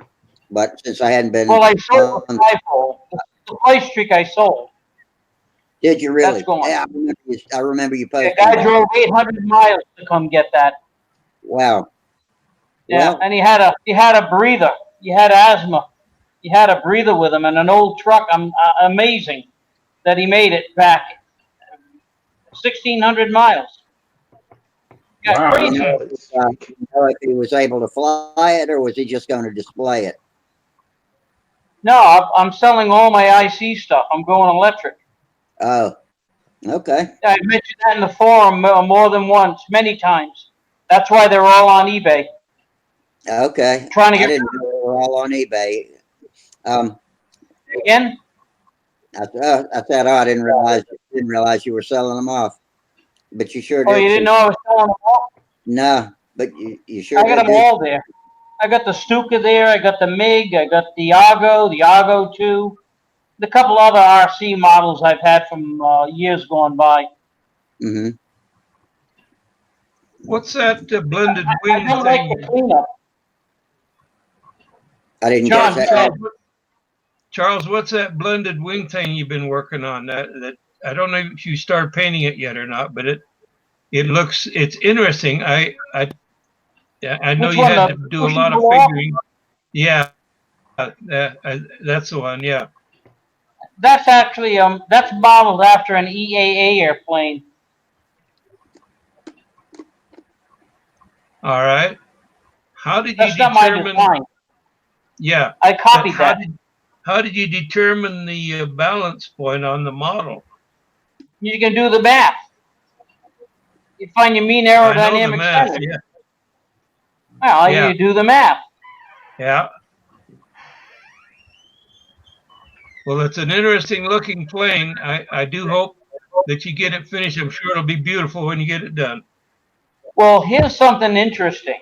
That particular airplane is a real pusher. If the prop is in the front Yep. and it's pulling the airplane, it's a tractor. no matter which way the prop is turning. It's still a tractor. If it's behind the airplane, it's a pusher. Yeah. You know, they say Well, it's like pusher if you had- props, but it's not a pusher prop. It's a tractor prop going in the opposite direction. Still a tractor prop. Yeah. Yeah. I can't fix that, you know. Yeah. You guys are astonished that I brought it up. Even John Miller here. Yeah. If the prop is in the front of the airplane, it doesn't matter which direction the prop is turning. It's a tractor. That's science. You can't change it. It's a tractor prop. Whether it's going clockwise or counterclockwise, it makes no difference. It's a tractor propeller. Period. Sorry, guys. But Well, if you put the prop behind the airplane, it's it's a a pusher. and everything you're saying is technically correct. But if I can tell you right now, if I sell somebody a pusher prop, 100% of people know exactly what I'm talking about. If I tell them I'm selling a prop that turns the opposite direction, everybody's going to say opposite of what? I know that because I've sold about 1,000 props that way. I have no dispute with you or anything like that, but I do. There's a lot of people. The Californians are big on that. They're always picking on people or Yeah. I mean, about it's not my fault. tractors You and know. pushers and that's bullshit. Hey, I know. there- If I sell a pusher prop, I know people know exactly what I'm talking about. It's really it's just convenient more than anything else. no one's I'm not ever fixed. disputing anything you say on a fact space basis. I'm just saying that if it just works a lot better. No, It's a lot clearer. I'm not if you mad do at it the other way. anyone. Yeah. People are in the vinyl graphic. By the way, can you see my screen here? Wow, that's amazing. Who put that up? This is the Piaggio P180. This Are you is building somewhere between. That's gorgeous. That's a pusher Yeah. prop. Yeah, it's not quite a Learjet, but it's extremely high performance. Obviously, you see what they've done. The wing so far back, and the cabin forward of the wing, and everything like that. The canard and the tail are really. I believe they said they used the canard as kind of a trim surface, and they fly it with the tail. I believe that's what it was, and whatever. And of course, the turboprops are wrapped in all nice and tight. That would make a wicked looking stunt plane. It would make a wicked looking any plane, actually. But Boy, the pilot Yeah. was far back in Yeah. that airplane. yeah, I don't think it was a screaming commercial success for them or anything like that. But it doesn't make it any less impressive to look at. So it certainly shows that people were thinking different. Definitely thinking outside the box with it. So 5-blade props. Huh. 5-bladed props on top of everything else. You're right. That's because they had to absorb that horsepower from the turbo. Yeah, fully feathering 5-bladed props, and because they're aft of the landing gear and everything like that, obviously the short prop stand was a good idea for it. So Corporate jet. Hey, Well, Jet. technically, it is a jet. Yeah, I was going to say, technically it hey, is- I meant the other jet. I meant Aviojet. I knew that you were moving and stuff like that a while back, and Say that again, please. I thought you were suspending your business while you moved and stuff. Are you actually back in business now? I've never been out of business. Okay. Well, I thought you had kind of suspended things while you were moving and stuff, or maybe I just thought to myself it was a good idea to just lay low a little bit. Okay, I'm so far behind on everything else, so I'll hope to be sending you another order. Just in case you guys don't know, this guy does fantastic work with vinyl graphics. So Yeah, I got some of his graphics flying. Yep. I guess frankly, I've only got really simple things out of them, simple lettering and numbering and stuff like that. But I didn't know I the way sent you he does stuff. them, the way he does it with the frisket paper overlay and everything like that, it really, really makes it nice to install, and they look great.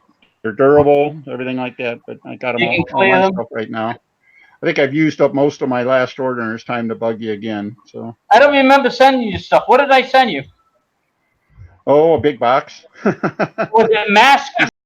Sent me all the graphics. Yeah, you sent me all the graphics on my Ricky Tikki Tavi, for example, and the cripe. Yeah, a few others.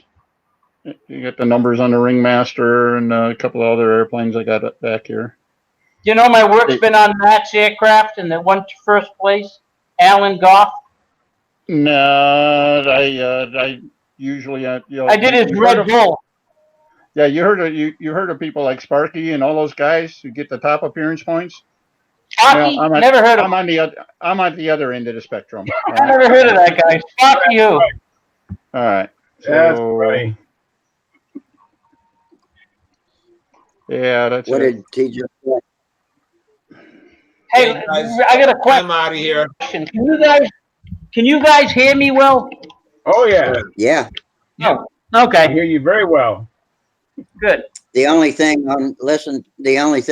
is that this is a full duplex or however many plex people we got on here system, so that everybody that talks gets to make noise at the same time. So we've got to be careful about starting and stopping when somebody else is talking, else you can't understand what somebody's saying, and it gets muddier and muddier the more people we get in here. So that's the main thing on this system we've got, is because it doesn't give priority to the talker. It lets everybody talk at the same time, which can make it difficult to understand. But yeah, we can hear you clearly, Charles. Good, that's good. All right, guys. I have a hearing Here, I'm impairment. feeling a little under the Sometimes I weather. I'll see how I'm feeling on Friday. Hopefully better. Give me another week to get over this. All right, Steve. Take it easy, man. Len made me cough so hard that now my lungs hurt. So it's his fault. Oh wow. Sorry, right. Steve. These are lettering. guys All later. the lettering here is by the jet. All right. So. Oh yeah. And I don't understand why my PC isn't posting. My pictures aren't coming out clear anymore. I have no idea why that is. But anyhow. Saying you're having bandwidth problems, probably lowering the quality. I had to actually go over to my YouTube control panel to see your pictures the last time you posted one, because it wouldn't show it all on Jitsi. All right. You know, maybe we got a full house here tonight too, don't we? How do you post a What do we picture? got? How do you got about post a 8. picture? There's a way to, Charles, if you go down, are you on a computer? Yeah, I'm on my wife's old computer. Okay. That's right. Okay. If you will mouse down to the bottom left corner of the video screen, 3 icons will pop up, and the farthest left one is a picture of a computer display. Yeah, so share your screen. That is the screen sharing. Excuse me? It says share your screen. Right.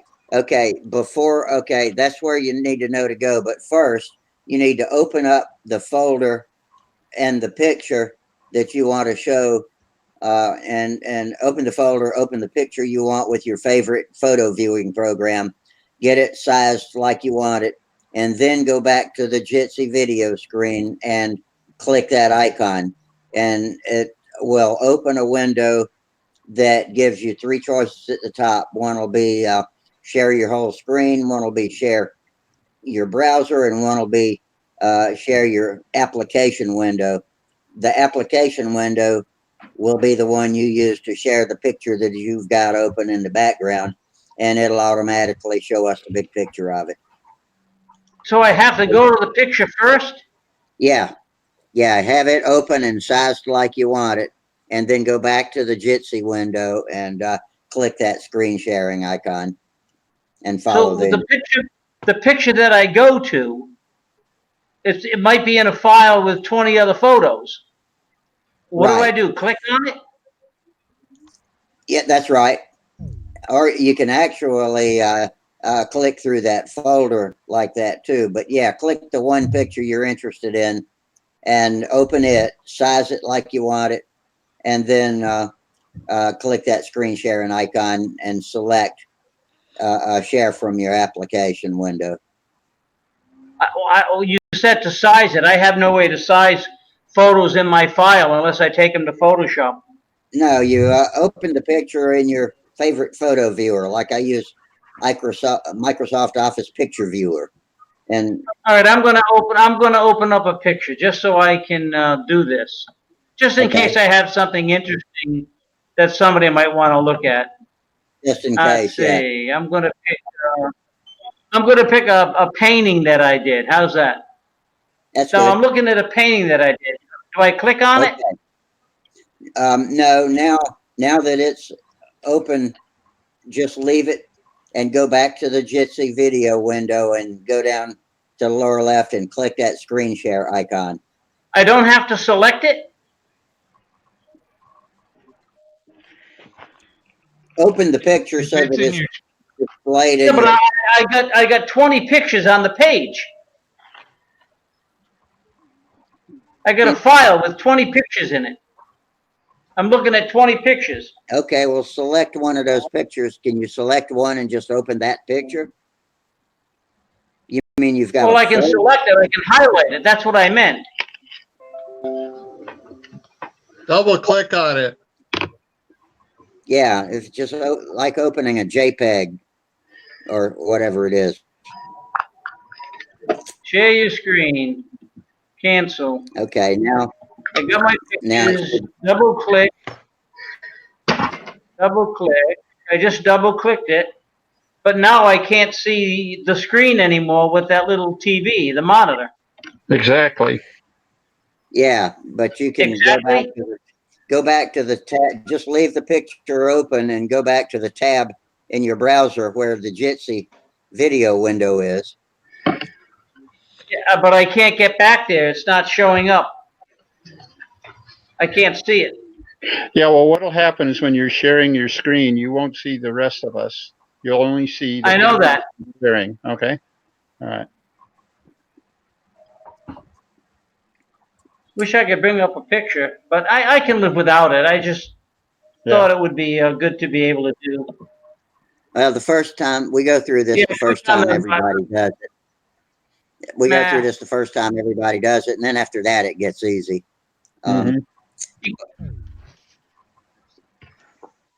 You can use the Alt-Tab button to get back to the Jitsi window. I think we just lost them. Yeah, it looks like it. Oh, well, he'll be back. Mm-hmm. Anyhow, see, Mr. Carter, I haven't heard you say much yet. How you doing tonight? I'm doing well, thanks, Dennis. Hey, I'm curious, you guys. I changed my gateway from my internet. Am I coming across any better or the same as last time? Oh, you're looking better. I mean, you've got one place. I think it was in. I don't know if it was in your shop or where you have one place where you come in really good, another place where you're coming in not so good, and this is somewhere in between. But you're coming in, clear to me certainly. So. Okay.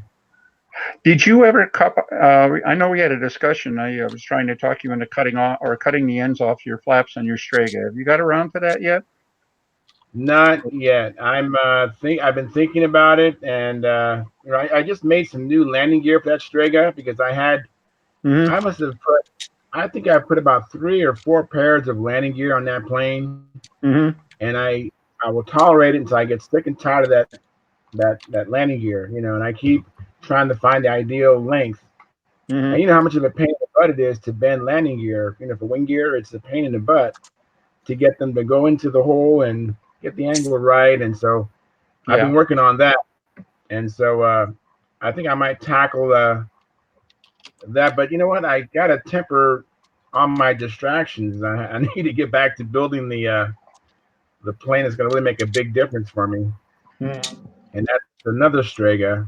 But I am curious about because it'd be easy to do because my red Strega, the flaps are removable, and so I could actually do that relatively easy. But Okay. Yeah, it's more just curious than anything. But yeah, I'm curious too because whatever I discover, I'm going to put that into the new Strega. mhm. You know, even this landing gear I bent, I'm probably going to take this landing gear out of this one and put in a new one, because it's going to be probably the right height. I mean, they're both the same plane, you know. Yeah, it's a good idea to make all the changes and stuff on your old plane. Try to get it as good as you can and then build your new one so you know what you want to put into it. Right. Exactly. That's exactly right. Yeah. Yeah, I had a Strega ARF that I used for I made an electric conversion and did the original 6-cell power system for Brodak, and the airplane was 80 ounces, and the trouble I had with it was that the landing gear seemed to be soft. All right, well, 80-ounce airplane. I mean, no matter what, the thing was going to be struggling. But I always thought the Yeah. wire. I wasn't going to be completely happy until I went and at least tried bending one out of real wire. I thought maybe that Real was a piano problem. wire, yeah. Yeah, I thought the alloy wasn't right or something. But No, it was heavy too. That wet stock landing gear wire is heavy, and it is soft. mhm, And you know, the Strega was built around a Super Tiger 60, probably throwing a 13-inch prop, and I'm throwing bigger props than that. So I needed taller landing gear. mhm, yeah, So yeah. Who yeah, had an SV11 ARF from Bro really soft on it too. They seemed to really flex a lot when he landed. mhm. Was that the old wing, the older one with the wing gear, the new one with the aluminum gear? No, the old one with the wing gear, with the Yeah, with the wire gear. yeah. They sent me. I helped John through the prototypes on it. And they sent me the prototype of both the Vector and the SV11. I should say just the electric versions. I got them both in the air. Yeah, And one of the things they sent those with the aluminum gear, and it is absolutely the cheesiest aluminum I've ever seen. yeah, This that's stuff no was good. like, it was like 1/8 inch thick aluminum on the SB. You'd think you could carry, it seemed big enough for a Honda, and set the airplane on it. You could just see it go, settle and Sag. sink in it. Yeah. Yeah, No, that's And no even the way good. one out. on the Vector, I convinced myself on the Vector, well, okay, I just need to fly it once or twice. And for once or twice, I can I can get away with this gear and just keep bending it until the thing falls off in my hands. Uh, but uh, but That's brutal. I did get the folks at Brodak to make me up new landing gear for it. Again, at that point, the production versions weren't available yet. And I think they did fix it on the production version, but those first ones, I don't know exactly what the grade of aluminum was, but it was like, I guess it must have been like pure aluminum with no alloy in it or something like that. The stuff was just, Just so soft. yeah, it was like, it was almost like, almost like butter or something. But, Yeah, it's no good. yeah. Yeah, we must all be having some bandwidth issues here. I'm looking at 3 black boxes now. So, Oh, yeah. Yeah. Yeah, we're having a few issues tonight. I've been kicked out a half a dozen times tonight. mhm. Yeah, Tom's signal normally comes in pretty good. He's been kind of popping in and out here, back now with a Yeah, green box. But yeah. oh, hey, The best gear I've seen is the one that Eric Rule sells. That I think it's Duralloy. He calls it. It's which a one? tempered aluminum. I think it's called Dural. Duraloy. How do you say Duralloy? Duraloy. It's a tempered aluminum. Hmm. It's really good stuff. It's whenever I get a chance to replace it, I always call Eric and get a replacement landing gear from him because I have had the same experience with Brodak's landing gear. It's all just so soft. Mm-hmm. Yeah. I recently, just actually late last summer, I finally got around to it. I'd never had one before, but I got one of Bob McDonald's carbon fiber landing gear. Oh my, what a now I have to build an airplane nice enough to put over it. You know, it's just it's That's light, good. it's Is stiff this a and fuselage flexible. gear? Yeah, it's a fuselage Yeah. gear, and it's like I'm guessing half the weight of the equivalent aluminum yeah. gear, and it's stiffer. You know, but in a nice way. It's not. You know, it's just you know, it'll support itself really well, and it's just beautifully made. Bob does beautiful glass work or carbon fiber work, if you will. And Yeah, I have one of Windy's old ones in my Cardinal that I built last year, and it works really good too. It's so much better than the wire gear or the metal gear. yeah. It's so light, just like a feather. Mm-hmm. Yep. Yeah, it's amazing how much weight you can pick up if you're not paying attention. How much weight you can pick up in the landing gear and wheel pants and stuff like that. Huge amount. And wheels too, if you're not careful. Yeah, I'm starting to get myself. Basically, I keep circling back to using the little skinny Dubros or something like that because they're light and more as much as anything else. But you know, we got a lot of choices that we never used to have and stuff like that. And we got the choices are all pretty good, but those little wheels are just so much better. I like those ones that Tom Morris sells. We were looking at them on here the other night. They're really light. Mm-hmm. The ones with the Those little aluminum spoke hubs. wheels? Are they aluminum hubs? I think so. Hmm. And then they just have the foam, the real thin little foam wheel, the foam tires. Okay, that sounds good. They're kind Yeah, of a spoke. Yeah, wheel. they're like a spoked wheel. That's right. okay.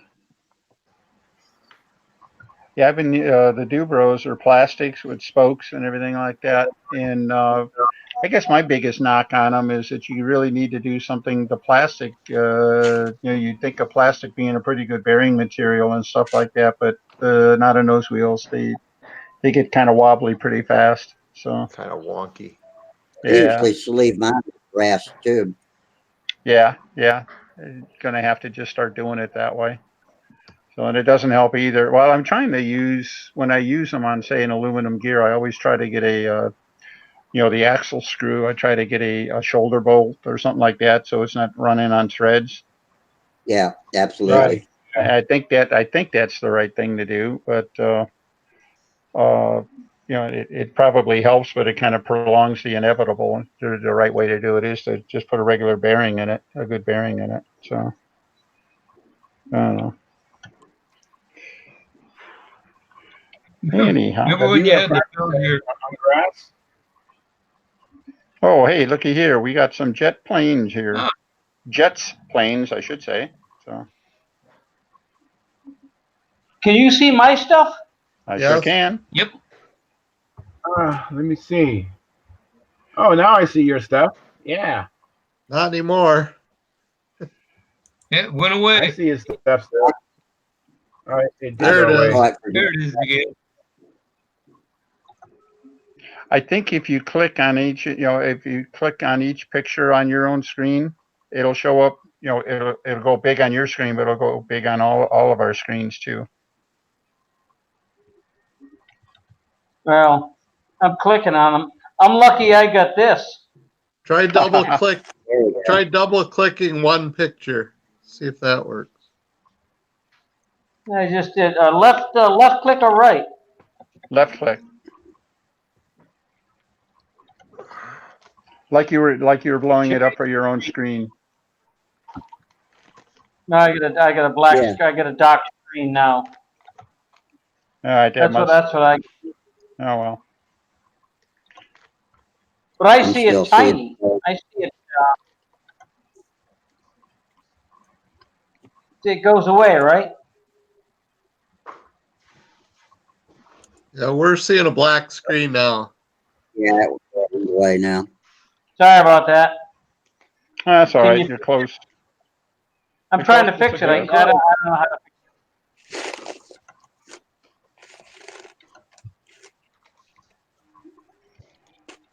You gotta You know, have that one picture by itself before you go and share it.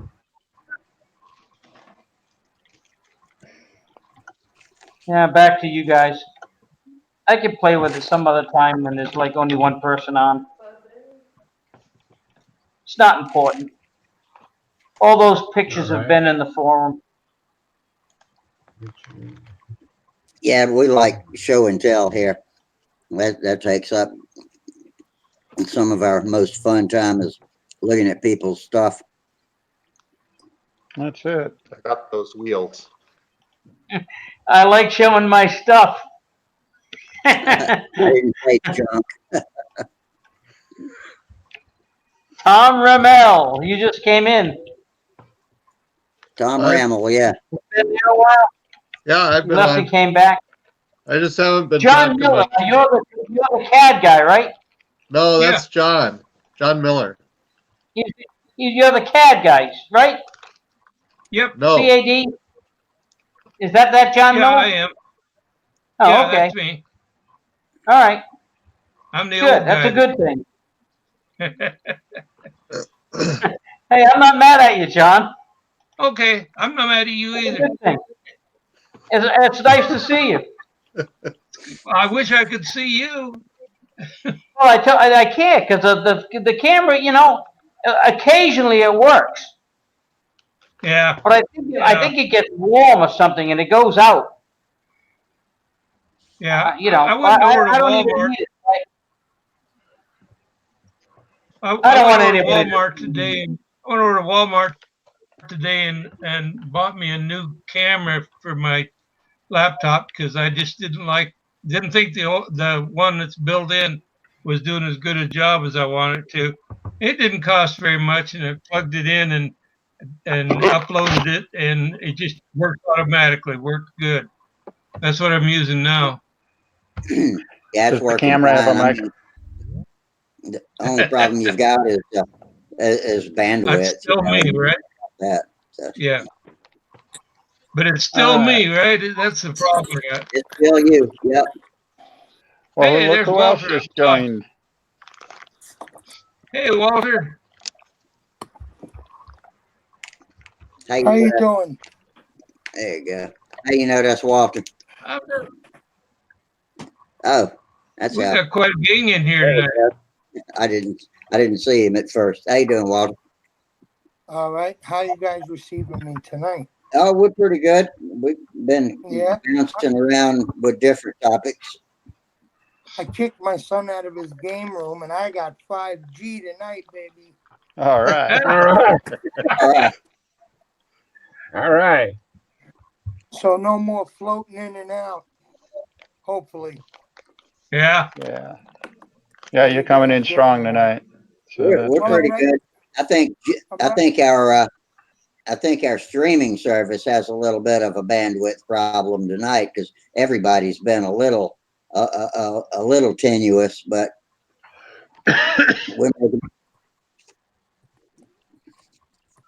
Well, maybe you could tell me how to get on the computer, since I got his laptop Okay. tonight, as well. the main thing is if it's a Windows computer to have the Chrome browser. If you've got Chrome, then the only thing you need to do is go to Stunthangar at the bench thread, click that first link, and bang, you'll be right here. It might ask you first to allow your microphone and camera, but you just click yes, and that's all there is to it. Okay, so let me see if I can log in. Well, actually, you're already in. I'm not sure. You're in. No, I'm in on the phone. Yeah, you're here. Oh, you're in on your phone. Yeah, Gotcha. yeah. You know, So, the thing that gave Kip, us all before that you- trouble the other night? Yeah, before you log in on the computer, go ahead and close your feed on the phone first, so we don't have two of you. Two of you would be too much. Okay, well, What? Stereo Walter? Oh. That'd be more than this elevator's rated for. all right, let me see if I can log into the forum first. All right. Hey, John, I was going to ask you if you've been able to make any more progress on that airplane you showed a couple of weeks ago. The Vanguard, Yeah. the one with the V-tail.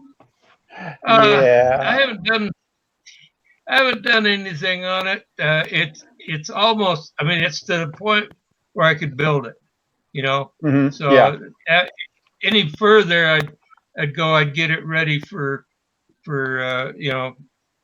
for prime time and put all the lettering in and the things that needed to be in there. But most of those are up in my head, and like I say, with it, I could build it right now. Mm-hmm. You want me to send you the file? Yeah, I was going to send you. I would just remembered I was supposed to send you some files on that. I completely forgot about. That was because I was working on that project that you and Rusty and Walter were helping me with last week, and I figured out my dilemma. So I'm pretty happy about that. Now I just got to execute the plan. So. Okay. But essentially, what I'm going to do is the fuselage sides are long enough where they really need a joint. And what I'm going to do is I'm going to make the joint up front under the doubler, and I'm going to have one nose for the electric version and a different nose, different fuselage side for the gas version. And quite literally, behind the nose, it's identical. Oh, cool. Yeah. Then I'll have That's a good idea. Yeah, I'll have a doubler that laps the joint and everything like that, so I should be in pretty good shape. Famous last words, huh? That sounds excellent. Hey, John. That's kind of what we talked about. Yeah. Yeah. Hey, John. The Vanguard you mentioned, that wouldn't be a V-tail thing, would it? Yep. No. Why? We'll talk privately on that. Oh, okay. I gotta build one, Walter. Yeah, I know. Did you get my my private message there on the Stunthangar? I'm just logging in. I don't even know what's there. No. Well, later on when you just log into Stunthangar, up at the top there, it's for your email. It's a private message. I sent my address to you there. Oh, that I got. Yeah. Oh, okay. Okay, so this is at the bench, right? Mm-hmm.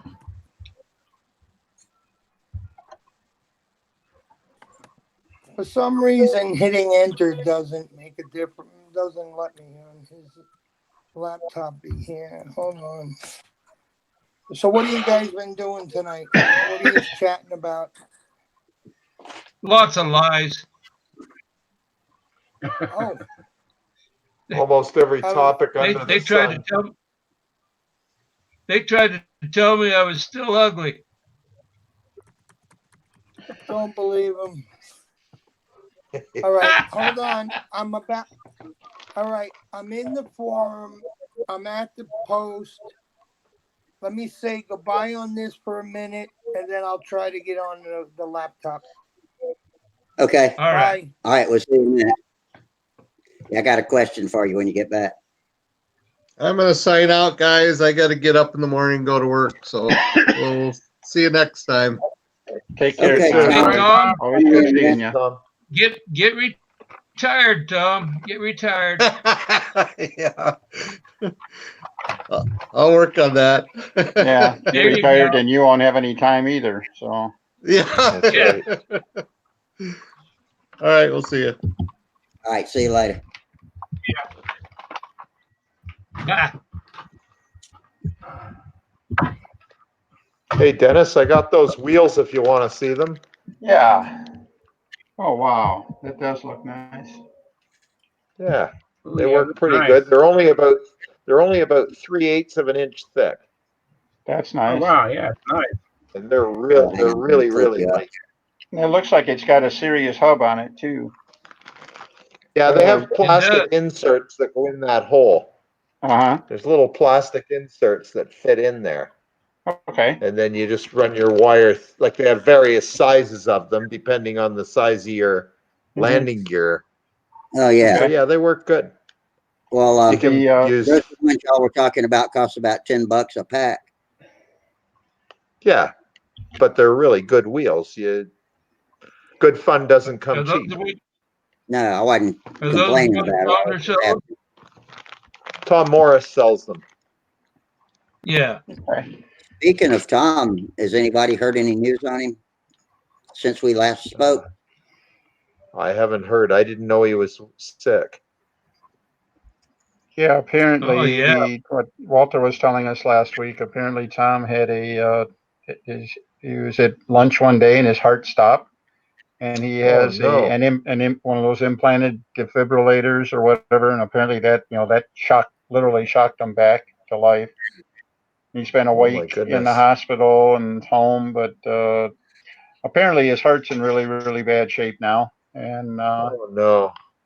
so I don't know. Sorry to hear that. Yeah, My yeah, goodness. That's Yeah. too bad. yeah. When Always Walter enjoy gets seeing back, Tom. when Walter gets back, he's the one who told us maybe he's heard some updates, some That's other right. news. He was the one that told us about that. Yeah, That's the first That's I've too heard bad. this. I'm sorry to hear that. Yeah, me too. Oh Always boy. he comes to Triple Tree and sometimes Huntersville too. Yeah, he always comes to Brodax too. Yep. Brodex and the Nationals. I usually get to see him a couple of times a year that way, but I don't know.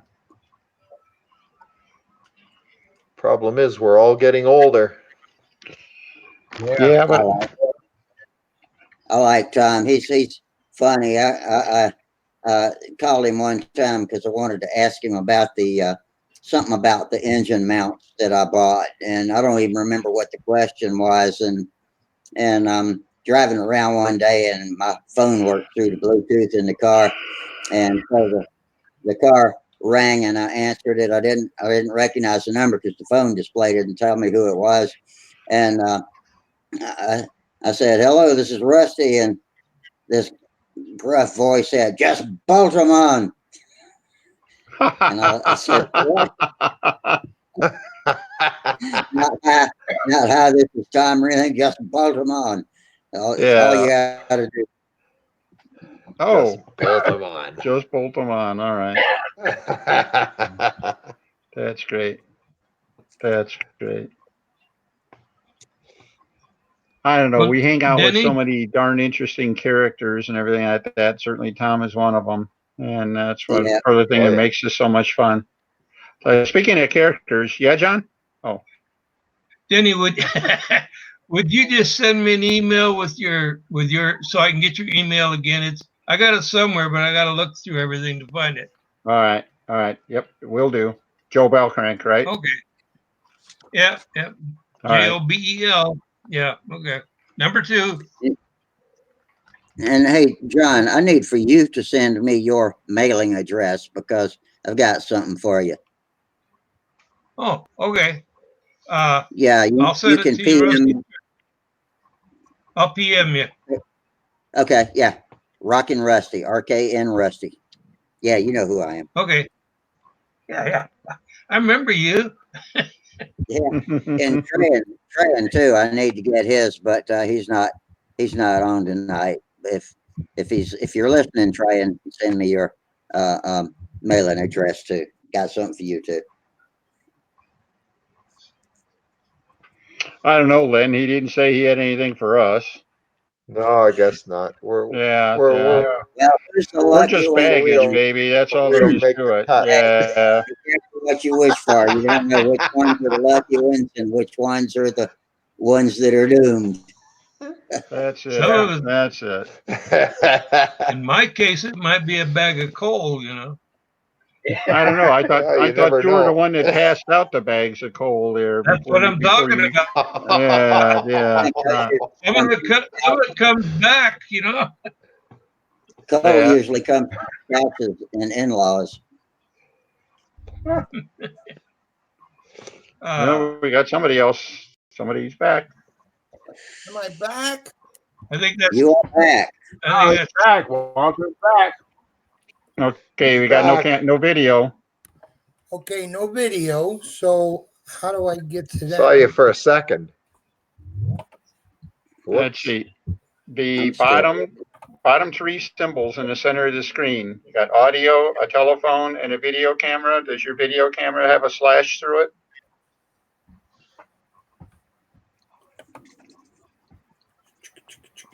The bottom center center of Hold on a second, Jesse. That'll work. bring the expert.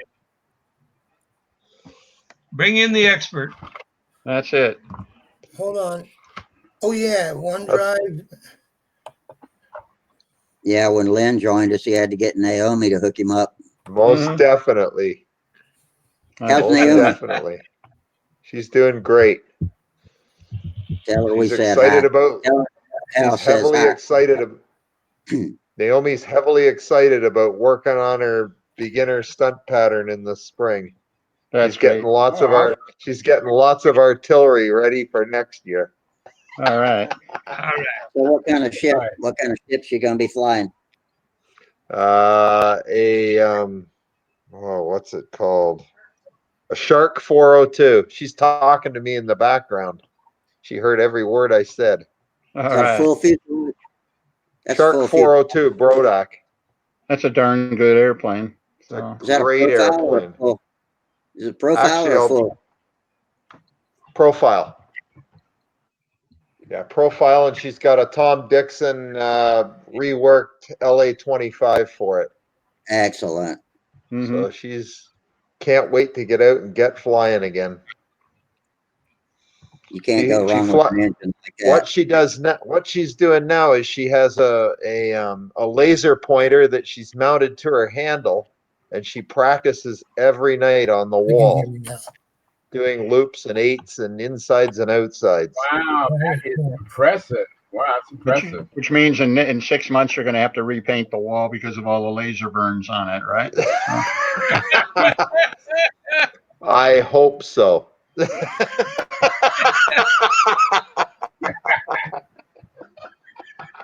That's pretty good. I hope so. So you don't have any pet cats, though, right, Lynn? One, just one, but it's old and it just watches now. It used to go nuts. Now it just looks.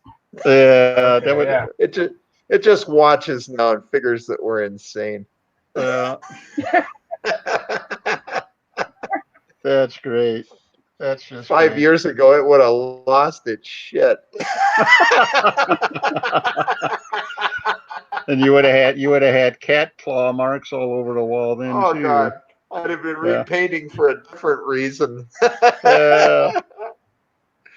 Oh, no doubt about it.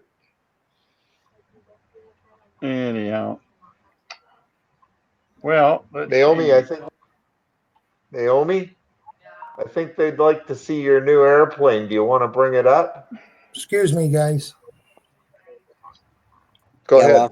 How do I get the camera to work? Do you see three buttons in the center bottom of your video screen? Yeah, I did. I keep clicking on the camera, and it doesn't allow it.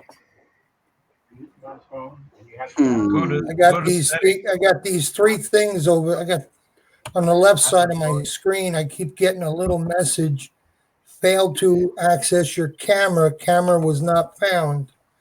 Meanwhile, it's got a built-in webcam. Okay, let me check now. How about go over? Let me see if this works before I tell you. Go to. I'm going to settings, and okay. Go over to the bottom right and hover your mouse around, and you'll see 3 dots pop up. Yeah, I got that. Okay, click on that, and then click on the settings wheel. It's a little, look like a cog, and you'll see. I forgot what it said. Now let me go back. It says camera, microphone, and audio. Permissions not granted. Permissions are not granted on my camera. That's going to settings with. That's going to settings with the 3 dots Yes, sir. is where it's saying that. Yeah, it's a gray box that says settings. Okay, let's see. Hang on, it's slow. Okay, audio, microphone, and camera. Mine says permission not granted also. And select a device. Okay. Okay, what if you click on it where it says not granted, and does it say select a device and give you a list to choose from? It doesn't do anything. Doesn't do anything, huh? Did it kick you out? I don't know. No. You're good. I guess Sometimes it'll kick you out. It does. I don't know. Regular settings. Okay, where do I go? You go to the bottom left in settings. Okay, meanwhile, You know what the settings thing looks like. The gear. I don't know where it is, Jess. It's right there. Okay, hold on. They're trying to How do I help go that into guy here? Network and internet? No. let's see, we can lay our hands on the screen here and say, heal, or something like that. Okay, go back. Drive out that. Oh, there's Lynn. Yeah, Naomi's joined us here with I see the top of, or parts of a Shark 402 there. Naomi, good to see you again. How you doing? Good, how are you? Hanging in there, hanging in there. Wishing I had some Canadian coffee these days, but Oh, so anyhow. Scroll down. Pull it up a little bit higher, Naomi. Looking good. Looking good. Looks like it's about ready to go. well, no, it's still got some more covering to do on the tail, and then I gotta start doing the dope on the fuse. I love the color. What Yeah. color Yeah, is so that? do card? I. It's I want that transparent color. blue, Say it again. ultra It's, coat. oh, it's Ultra-coat blue? Transparent blue. Okay. okay. Oh, that's pretty, Naomi. That's pretty. That's the closest I've cobalt.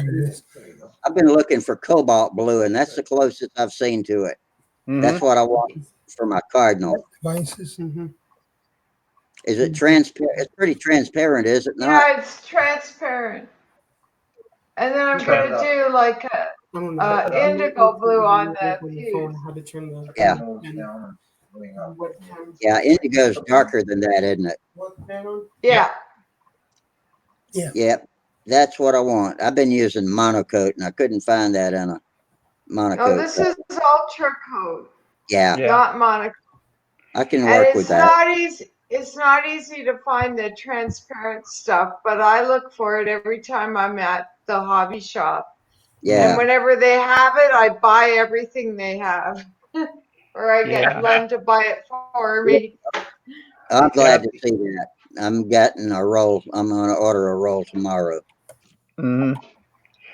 Yeah, I think the monocoat has a transparent blue, but it's a lot more of a navy color and stuff like that. That had a nice that shade there looked like it had a nice pop to it. I really like this one, and it goes with, to me, like the Shark. Sure.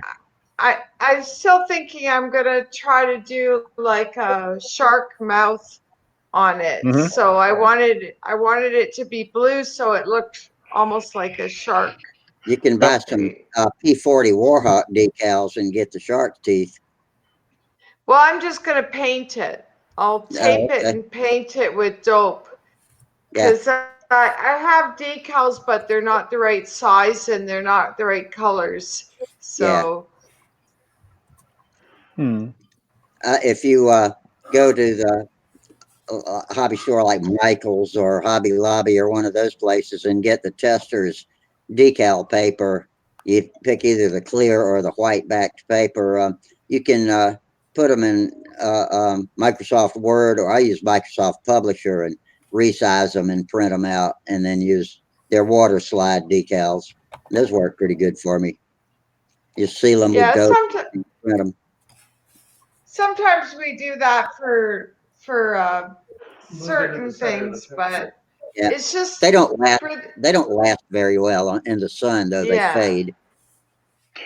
Yeah, Rusty, plus they do tend to get a little mucked up after a while, especially when you're flying glow fuel like we do. So I usually cover them pretty thick with clear coat, but yeah, they're not good permanent stickers. They look pretty good for a hangar queen, but not for a utility. yeah, yeah. I don't have any hangar queens. Yeah, My planes are all for flying. all of my hangar queens are in grocery bags. yeah, They don't last long enough to be hangers. Yeah, mine Yeah, don't last long enough to become hangar queens. yeah, that's right. Me too. It takes me about the same length of time to crash one as it does to build one. yeah. Well, no, Hopefully, with any luck at I all, I'll get to crash it 2 or 3 times. So you can see. yeah, I did a lot of crashing, but I flew this summer with my core class ringmaster, and it was very forgiving. It put up with a lot of crashing, and we only had to rebuild it once. So it was a really good stunt trainer because I could make a lot of mistakes without worrying about busting my airplane. Yeah.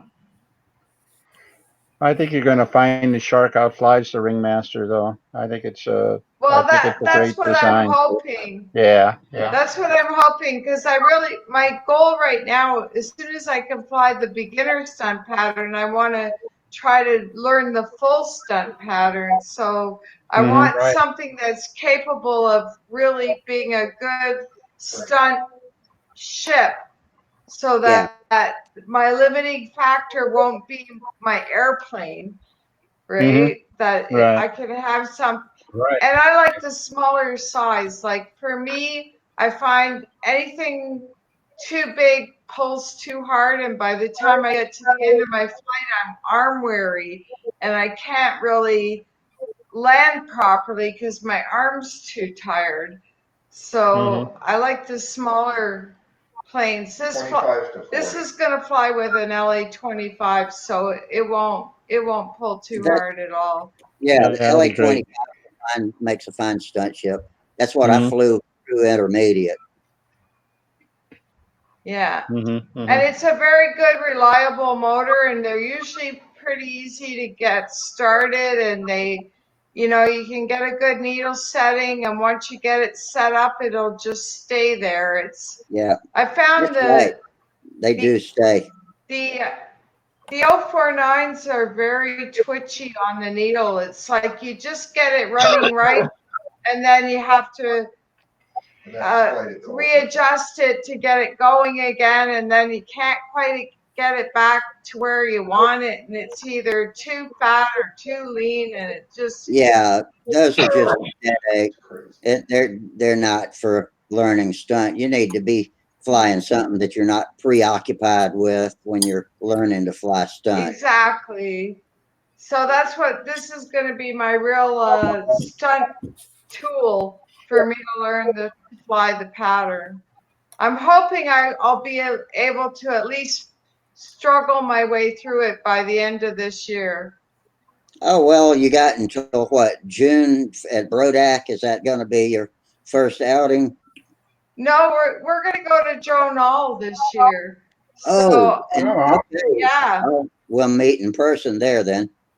yeah. So I only that'll be live really I only live 90 minutes away from Jonal. well. Most likely, we're gonna go down there with little to no practice because our flying season really doesn't usually get started until May. Yeah. Yeah, So, but I'll have the whole week to yeah, well, and learn the beginner pattern. there'll be some excellent coaches there too. yep. And I heard they do a stunt clinic there too, so I'm very keen to try the stunt clinic to get some tips on how to do my stunts better. Yeah, usually on Thursday they do the stunt clinic. Yeah. So I always try to make it for that too. Yeah, it's going to be a lot of fun. I think we've never gone to it, but I've heard a lot about it, and I've heard it's a real experience. Like, because they've got so many things going on at the same time. Yeah. Oh boy, yeah, that's an understatement. They also have a judging clinic if you're interested in that. That's also on Thursday. And I would be may good. do that. I may do that as well because I found for me, like I've done judging locally with our own club at a lot of different events, and I find for me it really helps me when I'm judging. It helps me see what I'm trying to learn to do yeah, myself. yeah, And you see Right. it from a totally different perspective when you're on the outside of the circle compared to when you're Right. in the middle of the circle. Anyway, I'll Right. let Len get back on here. Well, it was really great chatting with you, Naomi. Yeah, it's nice talking with you, Naomi. Great. We need some more I got kicked women off. on the Yeah, buy her her own headset. All right, so we can both. She Yeah, can I'll both buy be her her on. own headset. Yeah. That's all you need. That's all you need is two of us on here. Hey, Len, Yes, yes. when she gets to the point she's ready to go to another airplane, let me know. I've got a Pathfinder that we reduced for the Brazilians down a bit, 30, 25, 30 size. I'll send Oh, you the that's about plans. right. That'd be awesome. That'd be great. Okay, Yeah. I'll let you know. All right. That's awesome. Hey, Walter, are you still out there? I'm still here. No camera, huh? Is your camera coming on, Walter? Nah. When it comes on, it usually has got a light with it. Yeah, maybe not the built-in. He's got a built-in camera on the laptop. Yeah, his screen. Yeah, his screen is showing an X, or across through the video Yeah. camera. So whatever else it's not sharing. Walter, can you see your face on your own screen? No. Okay, so the camera just flat didn't turn on, is what it amounts to. It might be a Windows setting. If it's your son's computer, then It's Windows maybe he can fix 10. Yeah. Yeah, It's okay. actually Well, it ought to Windows work. 10. Okay, well, See, my I'm using laptop Windows. has a little green light that comes on right at the top of it. Yeah. Do you have Windows 10? Hold on, I'm Yeah, seeing mine Rusty. too. Yeah, I got Windows 10. Okay, I've Yeah, I'm even using gone and tried to turn it on. Hold on a second. In that little box, there's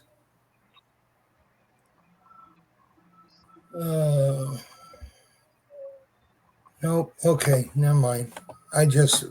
I see there's three little dots in each thumbnail for everybody, and I just learned that No, but you send a private these, message. I can kick you out. I can whatever. yeah, that's not the three dots I was talking about. Though there's a bigger stack of three dots down at the bottom right, and it's hard to get them to pop up sometimes because I got they're them. hidden. I got those. Oh, you do? Okay.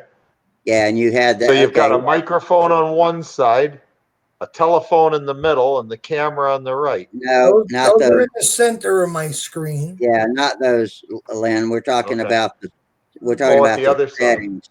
We're talking about the I know what you settings, and I think Walter's already been there too. And it said that the camera access was denied or something like that. It says I clicked permission on not granted. mine said it wasn't being permitted. Let's see. Yeah, permission not granted is what mine says. And I click on a little down arrow and wait and wait and wait and wait. And finally it pops up and says select a device. So I click that and wait and wait and wait and wait. Now it says Logitech HD webcam C270. And I pick that and then click OK. And then my camera is accepted. I'm going to cancel. I'm not actually going to do it. Looks like I clicked y'all into the tile view. Let me click you back into the normal view. Yeah. Actually, the tile view's better. Yeah, that's what I know usually use people too. that are on phones. People that are on phones can't see the little teeny pictures so good, so you can't tell Okay. who's talking. I would rather have it that way too, but it just doesn't work for small screens. Yeah. Yeah. Well, when you get a nice big crowd in here like this, the toggle view is the only way I can keep track of who's here. So I know because the film strip over on the side covers some people up. I have to yeah, scroll up and down to find them. yeah. It's sometimes hard to see who's there, but if you just looking there, so anyhow, I was just wondering if there was anything in the share your screen that might do it, but I think the fundamental problem is that on Walter's system, for whatever reason, the camera just flat didn't turn on, and That could be an internal setting, a Windows yeah. setting, something. But if Hey, he Walt. needs to, if he needs to remind us what he looks like, he can go back to his phone. Yeah, I guess. Hey, Walter. Walter, is your son still there? No, him and my wife went to the gym. Okay. I was going to say that there might be something on the device manager or something like that, but let's not mess with that on his. Yeah, we won't. Just tossing out straws.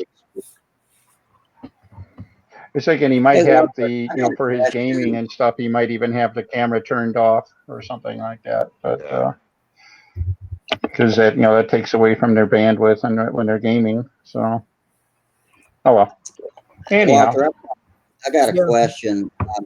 I've got your twister, and Wayne Robinson originally bought it from you. He's my flying buddy, and he didn't have time to build it, so he gave me the kit, and I built it. And it had 3 sets of plans with it, and so I picked one, looked like the newest set of plans, but they were all the same in this way, and it was that the control rod from the bell crank attached to the bottom or lower hole in the flap horn, and then the top hole in the flap horn went back to the elevator. And I set it up like that, knowing that most people do it opposite that. But since the plans were like that, I set it up, and of course, it was really twitchy and didn't need that much flap, so I reversed it. But I was wondering if there was some design thing that I was missing, or was that a mistake on my set of plans, maybe? Or is that the way that all of them came out? Do you even remember? No, actually, I came in on that. I got to make that kit before, after the plans were completely done. Uh-huh. They were actually offered. Oh, I see. I thought maybe you were part of the design team on No, that. no. If my name's not on the plan, then that had nothing to do with me. And I came in after the plan. Your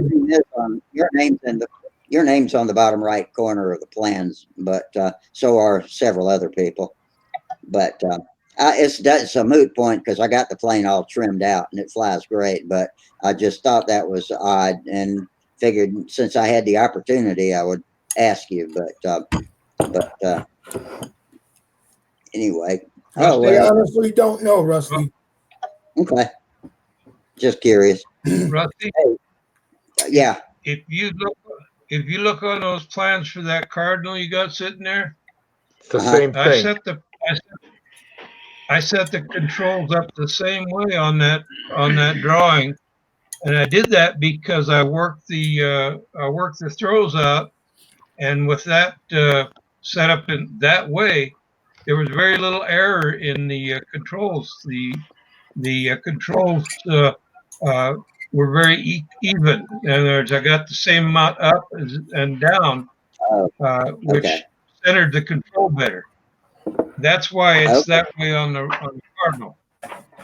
Well, maybe I'll try it like that on the Cardinal when I've made it, just to see how I like it. I didn't like it. Let me click I on didn't didn't like it? like it. No, I didn't like it. I had to switch it. I tried it and I didn't like it at all. I found it very twitchy. But that's Okay. just me. I mean, you can try what you like, but I found it to be very twitchy. So I went to the top for the one coming off the bell crank. I went to the top hole and then went Mhm. lower with the one going to the elevator. So Dennis, you're Okay, what are we showing, looking at there, Dan? All right, what I wanted to I show see. here is I have, this is actually a Brodak Mahler Warbird profile. You know, their Warbird series are all like, 480 square inch airplanes, whatever. Yeah. Right. And I've always been a fan of using really long control horns on the outermost hole, as I would be, inner hole in the bell crank, outer, topmost hole on the flap. Yeah, that's how I But usually do it. rather than putting it, the hole below like we normally would to get to a 1-to-1, Right. which means that you do the same thing in the tail. I'm trying to, wherever I can, I'm trying to go off the same pivot for the push rod back to the tail. Okay. Yeah. I'd like to try that. Yeah. Now what this Yeah, I'm not is, try that too. this is the Dubro makes a set of links. They're heavy duty plastic, and they normally have a brass pin that goes Yeah. through them. Yeah. Yeah, they've got a brass clevis, and it actually has a little keeper, a little sliding keeper on it. It's a really neat little system. Right. But what I do is I push out the brass pin and throw it away, and then, just roll it out for the push rod. And what I have here is each side of this is about the same thickness as a normal plastic control horn. And it's on either side of the main horn. So I've got quite a bit of bearing surface, and I think quite a bit of strength, back into the body of it. And of course, I'll put a threaded link on there and stuff like that. Only used it on a couple other airplanes, and it's worked real well there and stuff like that. So I'm pretty optimistic. But this is something I've been messing around with, and I thought you guys might get a kick out of seeing that. I don't know if you like it or not, or if you got a better opinion or a better way to do it or something. But I was Didn't you trying to get a think of a small way to washer? do that. I was trying to think of a way to do that too, but that's an idea that hadn't crossed my mind. Is taking the pin out of a clevis. So, yeah. Okay. I'll file that away back in my mind, and I'll try to Denny, do you have a small washer soldered on the outboard side of that, or no, it's towards actually, believe it or not, that's actually a soldered washer on that side. Mm. I was able. Yeah, that's what I was asking. I got to. Wait a minute. Let me double check.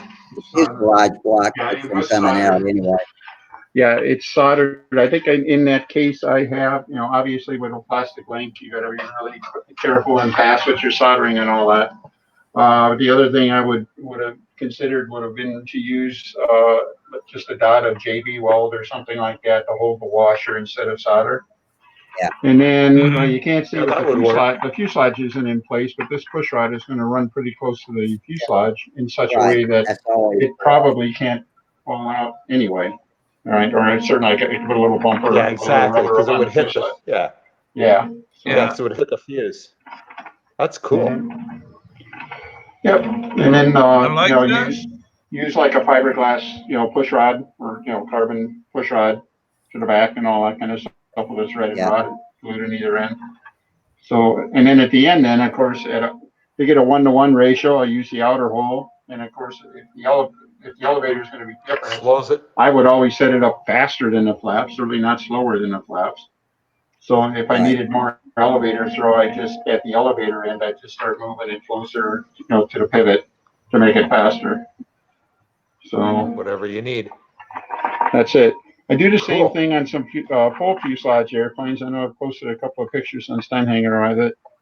If you use ball links, you can put 2 ball links on one screw through the same hole. Exactly. One from here with a ball link through the flap, and then a ball link on the other side to go back to the tail. Other side. Yep.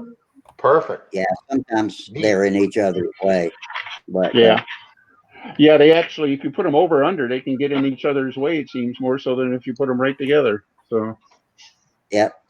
Okay. That's worth a try. Hey, Walter. Yeah. Hey, Walter. This is Charles. Charles, Aviojet. Yeah, How the hell are you, man? I've been better. No, I'm Haven't kidding. we all? I'm really kidding. It's nice to see your face. You can't see my face. You were on just a little while ago. I saw your face. Oh, that was on the phone. You were working. I was Well, on you the ought to phone. go back on the phone. We'll be able to see your face again. No, we don't want to see my face. When Hey, you I first wanted came to, on, I wish could see for? your face. Okay, so where are you then? Well, my camera doesn't work. Uh-huh. My camera's broke. I got a brand new laptop here with Windows 10 on it that my son hardly ever uses. I'm actually in Mail his, it to me. I'm in his game room. Hold on, what the heck is this? Mail it to me. Mail you what? The The laptop. laptop. Oh yeah. I'm lucky. Hey, I we saw don't that. use it. I saw that Barnstormer kit. It was on eBay an hour. Very good. Yeah, it's gone. Cool. I That's use the good. money for electric stuff. Okay, let's see. System. I'm still looking around everywhere on this stinking computer. Well, your picture was working before. Yeah, that was on the phone.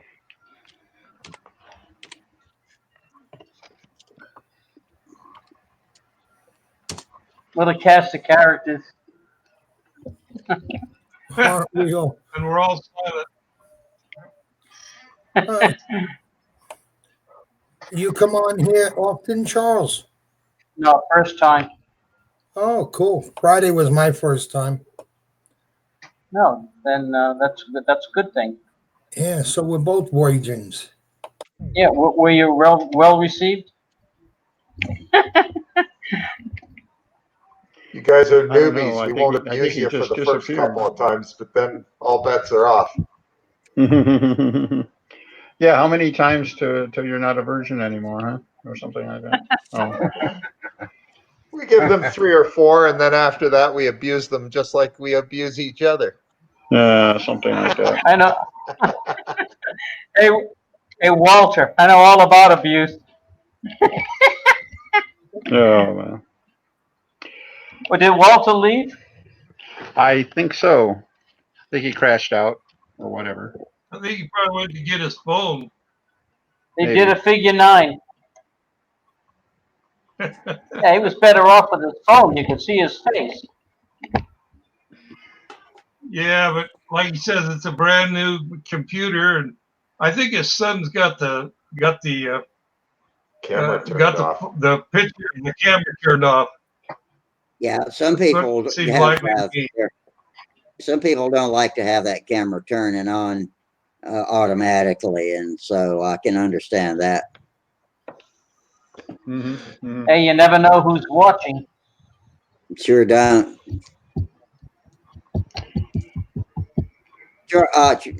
So Charles, I heard somebody, somebody was mentioning earlier that you had moved lately. Are you still in Florida, or have you moved somewhere else? I'm in Tennessee. Oh, really? Yeah, That's I've been quite a here. change in scenery. I know Tennessee. I was stationed here in the military. My wife's got a cousin here. Her Oh, other girlfriend's in Georgia. It's an hour and a half away. So it's a good Okay, well, location for us. we're not that far from each other. Then, if you wanted to come to Joe Knoll or something, and come to the stunt contest last weekend at Joe Knoll, we got a good contingent of control liners in Tennessee.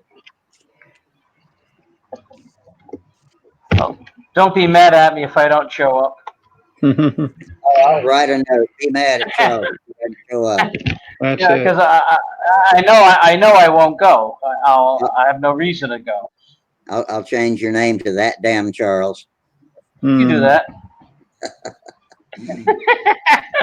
I've been called worse.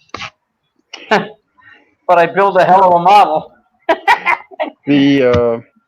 I guess one of the reasons I'd really like to go to Jonal would be to go, to the RC side and see all the vendors and stuff like that too. I have no particular interest in giant scale RC or anything like that, but I like helicopters yeah, to watch from Mhm. behind a car door. Whenever Well, that's somebody it. gets it, I've whenever watched the somebody's copters out at and a model aircraft field and fires up one of those helicopters, I open my car door and stand behind and watch through the glass because if one of those things had a malfunction and got away, you wouldn't even know it was coming to get you until it was all over. I mean, it's just nowhere to run if a helicopter gets loose, and I don't feel safe unless I'm shielded by a car door. I don't know. Yeah, It's mate. funny you say that. I think I felt most at risk. I attended my local club hosted a SAM event, Society Antique Modelers, the old time flyers, yeah, RC Assist and everything like that. And these guys were taking off, like all different directions off the field. They're over the pits and they're over the road and everything like it. I was literally there sitting there, my head on a pivot and everything like that. I got there just after the big crash of the day. Somebody had put a Nelson 40 on a Lanzo bomber, right, a 1930 or 40 airplane or whatever. The thing took off, went dead vertical, shed the wings in a dead vertical climb. All right. Wow. Did a great big old arc and started coming down, and the guy didn't have the presence of mind to like shut off the motor. Shut off the motor. Oh, yeah, no. So you got a Lanzo toothpick, and it just made the big climb, and it was coming down, and he finally, like 100 feet up, things going, it's got shock waves forming on it and everything like that. Finally, somebody got him to turn the motor off, and it went literally through the roof of somebody's minivan, Whoa. And it was like, yeah, it's like, these, you would think, the big, soft, slow flying old timers, what could go wrong? Well, that can go wrong, That could go wrong. Wow. Yeah. Scary. That's scary. Yeah, plus a lot of guys who are flying them, they're obviously they're older guys and stuff like that, and their eyesight isn't what it used to be and things like that. And every one of them, God bless them, every single one of them had at least somebody looking over their shoulder saying, "No, that's your airplane there, and it's going left now," and things like that. But but of course you get away. Yeah, they say I was out there. They were flying. One of the neat things about it is that around here at least there's between Indiana, Ohio, some Michigan people, and it's all everybody within probably 100-mile radius, and they have a contest going basically every week. Some club is hosting, local club is hosting an event for everybody, and they have a contest on like Wednesdays and Thursdays because they're all retirees and everything like that. What the heck, we don't have to go weekend. And usually the highlight of the event is where are we going to meet for lunch or something like that. They're actually having too much fun. They don't realize that this is supposed to be hardcore and competitive and all that. But it was, like I say, it was kind of that was the most at risk I've ever felt on a model airplane field. So it sounds like it. Yeah. Yeah, it's against the rules at any club that I've been a member of to fly over the pits and the parking lot. And absolutely. People still do it. Yeah, well, they're pointing the airplanes, and it wasn't much of a breeze that day, and maybe that was part of the problem. It was kind of puffing different directions, but they're trying to launch into the wind, and I can get off by then. Well, yeah, you can, but you're going to be about face high, when you go past the past the barbecue grill or something like that, Yeah. And it's a holy mackerel, Oh well. I cringe just thinking about it. Yeah. I think I got a picture of one of those right here. Does this look like Does this look like some of those old guys? Oh my gosh. I'll make sure I bring my hard hat when I come to Joe Knoll. Yeah, that's it. That's it. Anybody Lisa. here on the West Coast? That's Anybody that's on the the I three am. pilots. That's it. Charles Carter. Uh-oh. Picture was there. Where'd it go? Oh, I I don't took it know. I down. can see. I lost the picture. I Who's lost on the somebody West posted Coast? a picture. Oh wait, I was screen sharing. You're on the West Coast, Charles? Wait, listen. I'm in the West Coast. Yeah. I was uh-oh.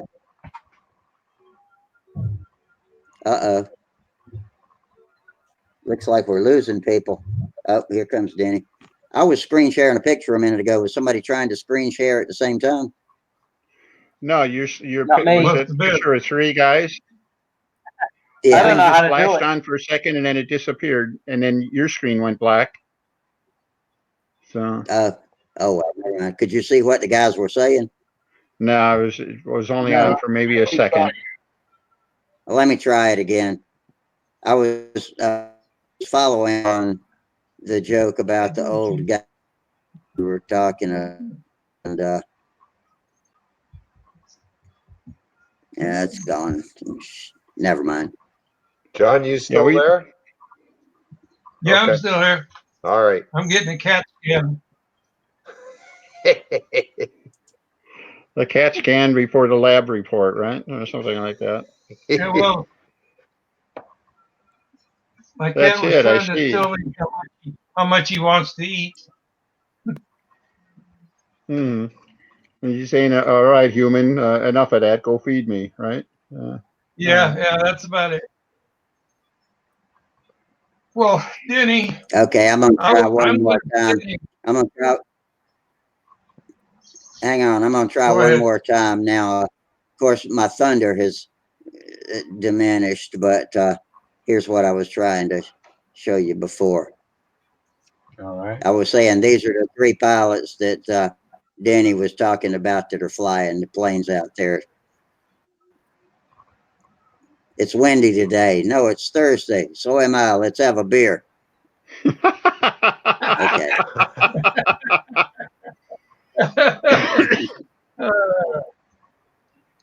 Yeah, you say that to the Good. guy with the 75% hearing loss and whatever else. So Yeah. I thought that was pretty yeah. funny, Rusty, but you lost. Denny reminded me of those guys when he was talking about people saying, "No, there's your plane. No, that's my plane. It's going left. No, it's going right." That's who I thought of, so I threw that in.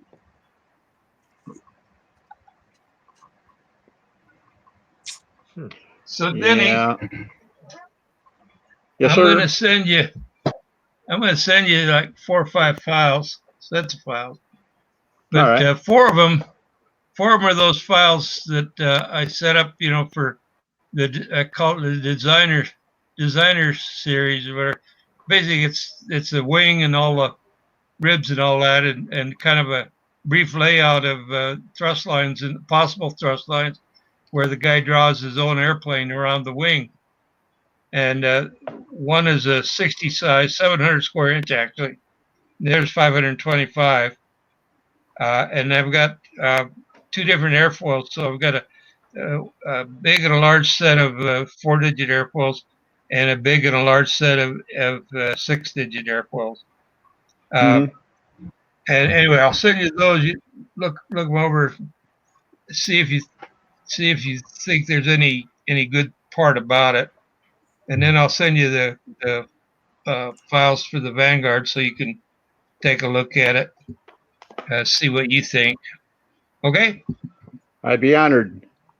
Thank you. No, I'd be tickled to death. Hey guys, I'm gonna bounce. I'll see you guys Friday. All right, All Charles. right, Charles, take it easy, buddy. Always good chatting with you, Take care, Charles. Charles. I'll see you Friday. Thank you. See ya. Friday. Okay. Still got Looks We like still got a Rusty's couple having of some hold up. trouble. Yeah, what happened to Rusty here? I don't know. know. Oh, my camera's off. Can you hear me? Live streaming is Yeah, on. Walter's still here. I think. Actually, I'm back. Yeah. Walter, I stole that Barnstormer. I know, you told me. Oh, I did? Yeah. Oh. It's okay. I said congratulations. I got kicked off. Yeah. I did that. Yeah. No, how am I going to do that? I don't know, but even our moderator got kicked off here. This is a pretty rough night. Well, my voice is still here. My camera's stopped. Yeah. Walter, you got a box for that computer? Can I I'm do sorry, what? I didn't hear what he said. I said, you got a box to that computer? Yeah, it's not my laptop. It's my son's. I got it. I'm just ignoring you.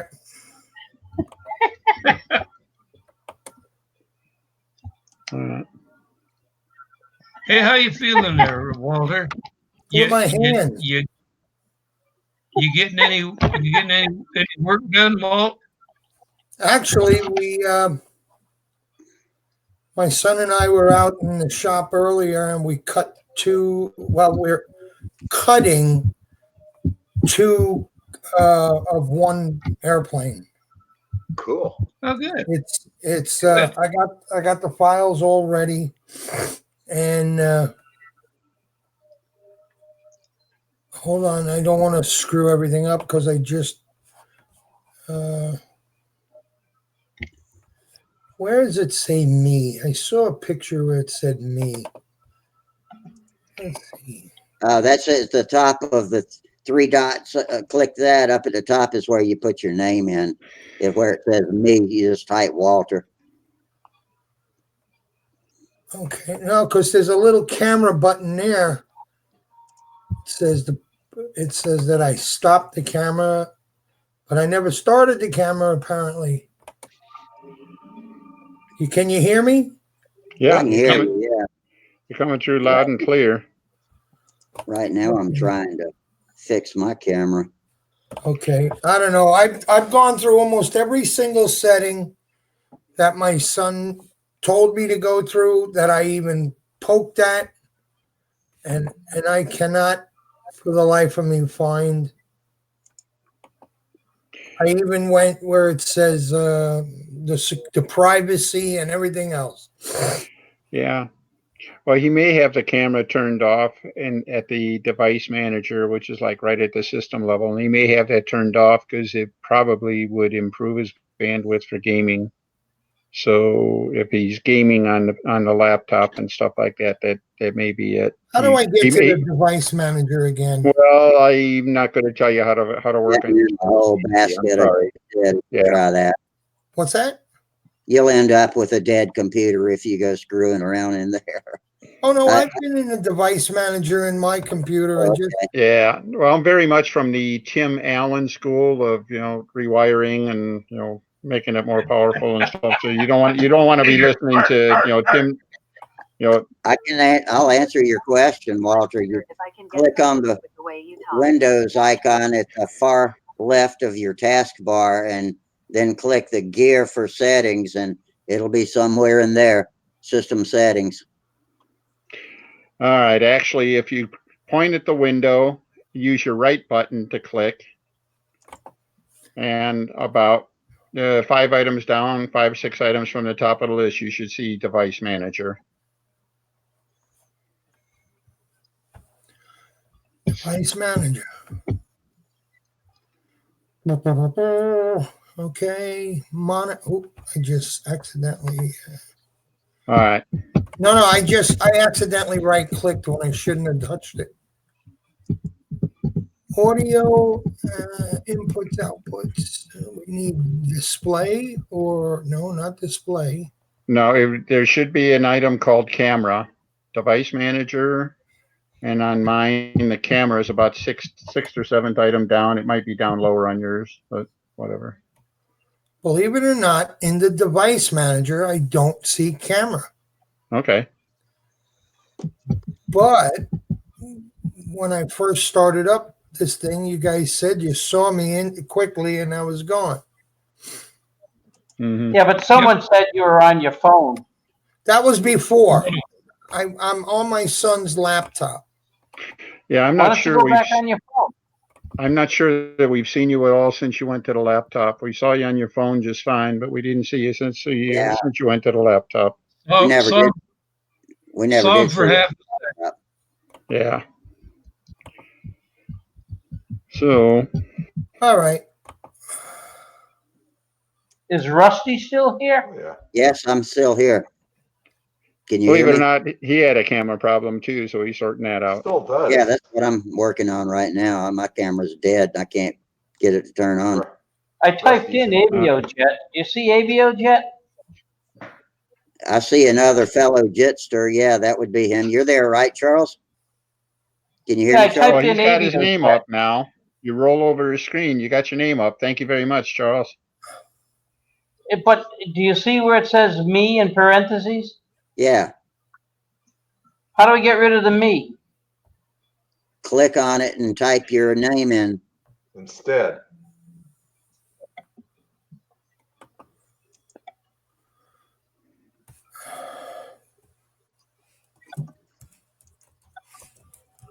Hey, John Miller, I wanted to also tell you I went and bought the same version of Draft Site as you did. So, Oh, did you? yeah. How's it working? Have you been playing with it? Seems to be so far so good. I mean, this is the professional version, and it's got a couple of things that I didn't have before, and I frankly haven't even tried to using any of them. But what I was looking forward to was being able to input a plan that's read in a plan that's a PDF and use it as a backdrop, or to trace over it or something like that. Is that what you do? I do it, but I have not been able to get a PDF to come in properly. But Okay. JPEG will come in. Yeah, I've had good luck with JPEGs. So, but my brother has a conversion tool for PDFs that works real well, and he's gotten really good with it. It'll actually, what's the right word, terminology, I guess, vectorize the lines on a PDF, and it actually gets lines. Now, the lines aren't always something that you can use, unfortunately. Yeah. And they'll have like lots of noise in them. So in the event, I end up I'll take his drawing and I'll use it as a layer. His drawing converts the PDF to a DWG, and then I read that in and I just make it a layer, and then I trace over it. Mm-hmm. And that seems to work pretty well that way. So, Dennis, what do you mean by noise in a file? Walter Umlin is here by name. I'm sorry. What was the question again? What do you mean by noise when you're talking about a CAD file? Oh, you get a straight line that all of a sudden has a right angle in it, and maybe it jumps over. Maybe one line is a line and another line happens to be, say, both sides of the, okay, if the original drawing had, for example, the outline of the block plus a dotted line where the hollowed out portion was. Right. Sometimes when you click on it, they both show up as one artifact instead of separate lines. Okay. So that's the kind of thing I've had with it. And you can do things like explode the line and stuff like that, but then you usually just end up with just a zillion little characters, and it's really, really hard to work with. So I found that in at least most of the cases, I've had more luck just taking it and, burying it. I could create a level called, something like tracing or something like that. And I put the scanned in file there, and I don't actually edit to it at all. I use it and turn that layer on and off, but I'll trace over it. And then when I get close to finishing the plan, I'll turn it off completely. And finally, I'll take that layer, eliminate the layer completely, because it makes the drawing file a lot smaller then, because you're not carrying all of the information that's in there. So. Way above my pay grade. Nah. Denny, Yes, sir. what program is your brother using? I'd like to see that one that takes a PDF and converts it to a DWG. I've been going the other way, taking a DWG and converting it to PDF. Yeah, I've done that all My right. program that does that, yeah, my program will not take it back to a DWG. Yeah, and I do that usually. I just export in DraftSite. I export to get the PDF. That works pretty well. Although I have had some trouble when I go to print the drawing out. I have had some trouble with the PDF printing the correct size, and I haven't quite figured it out. But I've been able to get drawings to print eventually. I just haven't been able. It sometimes takes a couple of steps, and I don't really know why. It has something to do with the way the PDF file sets up margins on the paper and stuff like that. But let me interrupt y'all for just a second. You keep talking.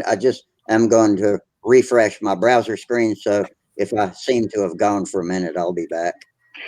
I'm going to see if I can call up one of these scanned files, and I'll show you what I mean by a kind of messy pixelated drawing. So stand by a minute here. All right. And I hope this is gonna work. The bandwidth issues we've been having here. This may not be the right night to be showing this stuff off, but let's see.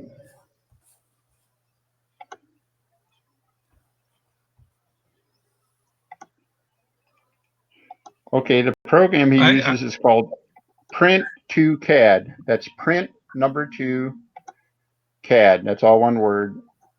And he subscribes to it. I think it's like I don't know what I think it's something like $150 or $200. I think it's a subscription. I'm not sure if he just bought it or not. No, that's not the one I want to show. What? I found that I need, Denny, I found that I take all the color out of my drawing when I go to PDF, and I make sure I've got all my absolutely get all my line widths correct.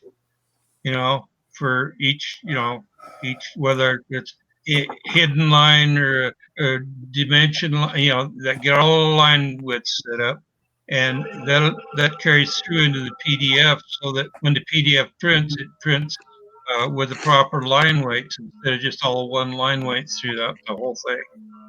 Mm-hmm. Okay, let's see. All right, we were having a lot of fun screen sharing tonight, so I'm going to go ahead and give this a shot. Hopefully it'll work. Share my screen. I got my picture back. Yeah. All right, share. Oh, good. Yeah, we know that. Charles does. All right. Oh, there we go. Did this come up all right? Yep.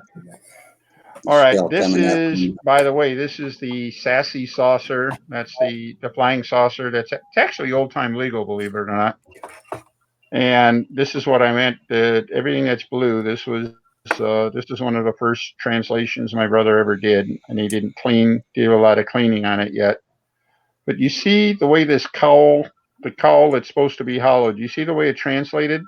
Right. Yeah. All right. So if you try to read that, you got a piece of line there, and for no particular reason, piece of line there, and then it's like all over the place. It doesn't really know what to do. And then of course you get areas where if there was things like this, probably had like balsa, the little balsa markings that they used to put on drawings at least. Right. It goes berserk when it gets to things like that. All right. And you can see how the lettering kind of goofy. Look at the border line. Yeah. Yeah, even the border line. Yeah, that's just the border of the drawing. It was probably a heavier weight than the rest of the drawing.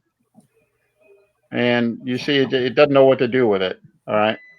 But I can still use this as a gauge and a guide. And in fact, on this one, I even had a paper copy of the drawing to help guide me. And in a lot of ways, the paper drawing was clearer to help make out certain details and stuff. And you can see what I'm in the process of doing is laying out the ribs and the spars And I forget what I had laid these out because the original design, of course, had an upright engine in it, and it also showed how you could put a side mount engine.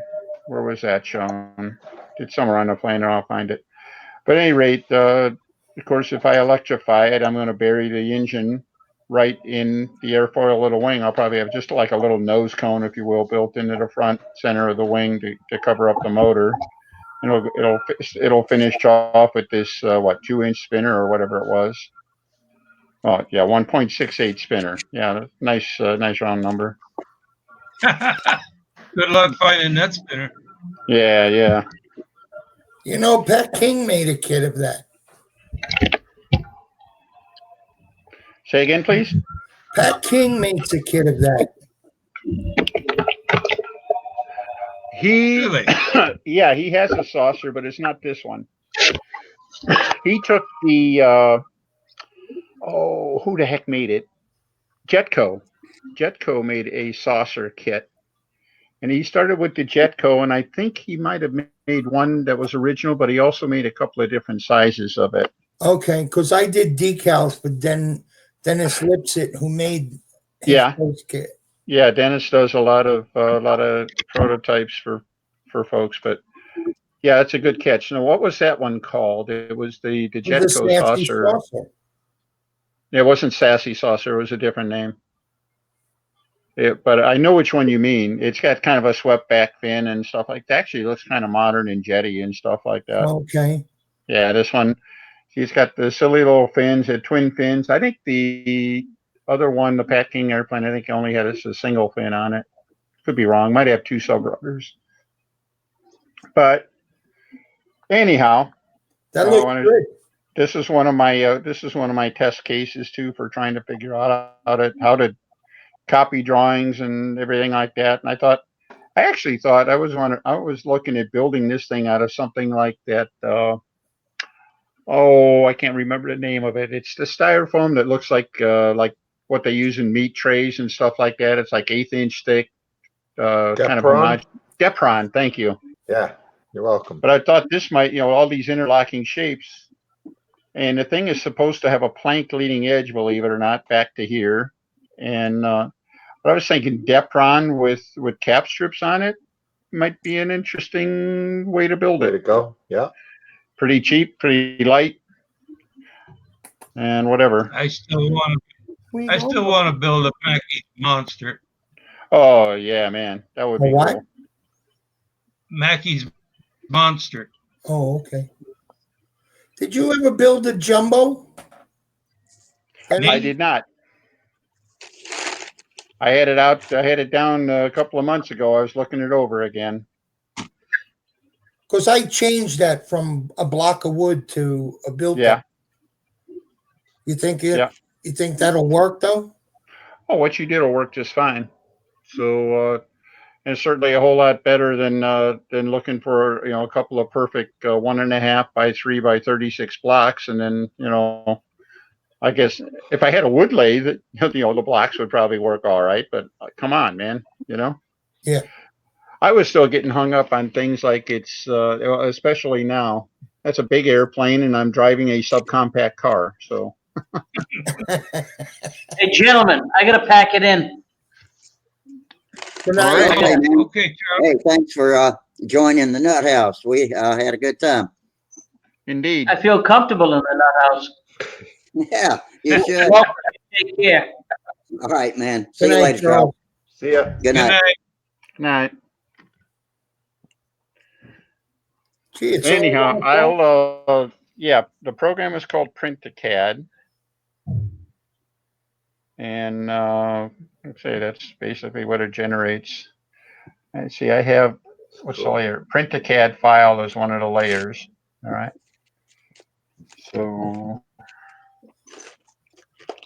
So basically, that's doing like the old scan function. It looks like you get a lot of noise with that also, but you don't get some other stuff.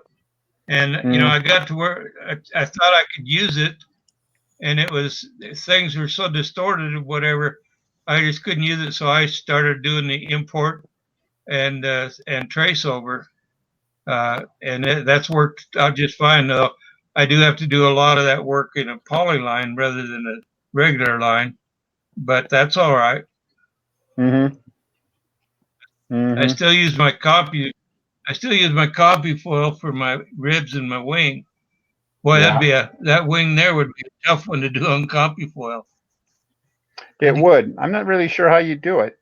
You know, probably a good way to do it might be just to make it one rib at a time. Yeah. Rather than try to Well, project it. It's like when I drew the Sterling Spitfire for Walter.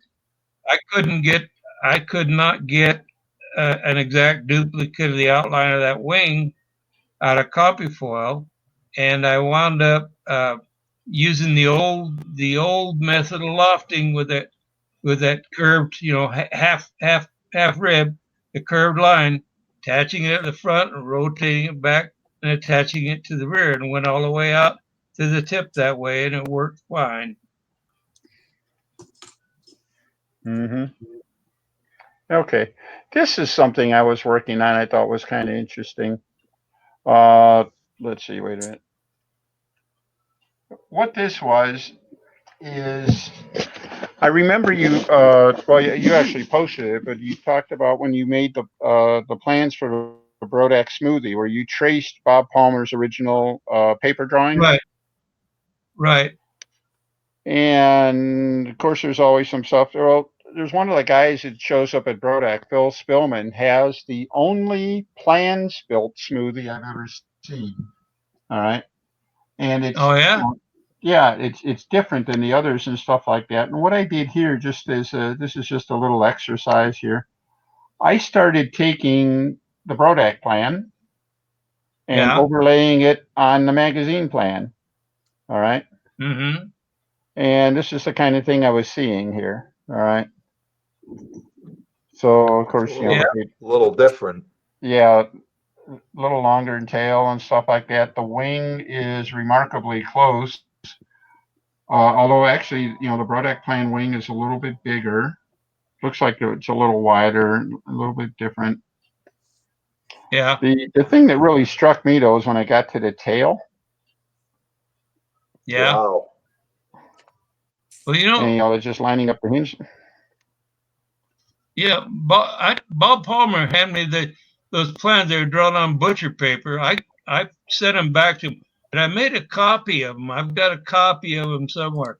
But what he told me was that he had to go to England on some tour, and while he was there, they wanted to kit the plane, so they took.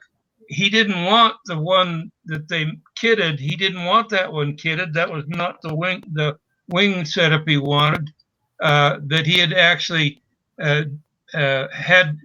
He used to go to a contest. He said he'd have two of them painted alike in the back of his car, and if it was windy, he flew the thin, skinny airfoil. But if it was nice, he flew the thicker airfoil, and that was the one he wanted kitted. As it turned out, what was his name that kitted it? Well, anyway, it was Henry. Was it Henry? Yeah, it was Heco. Yeah. HECO was the original name. Anyway, he kitted it. When he got back from England, they had the kit out and ready to be delivered, and it upset him a bit.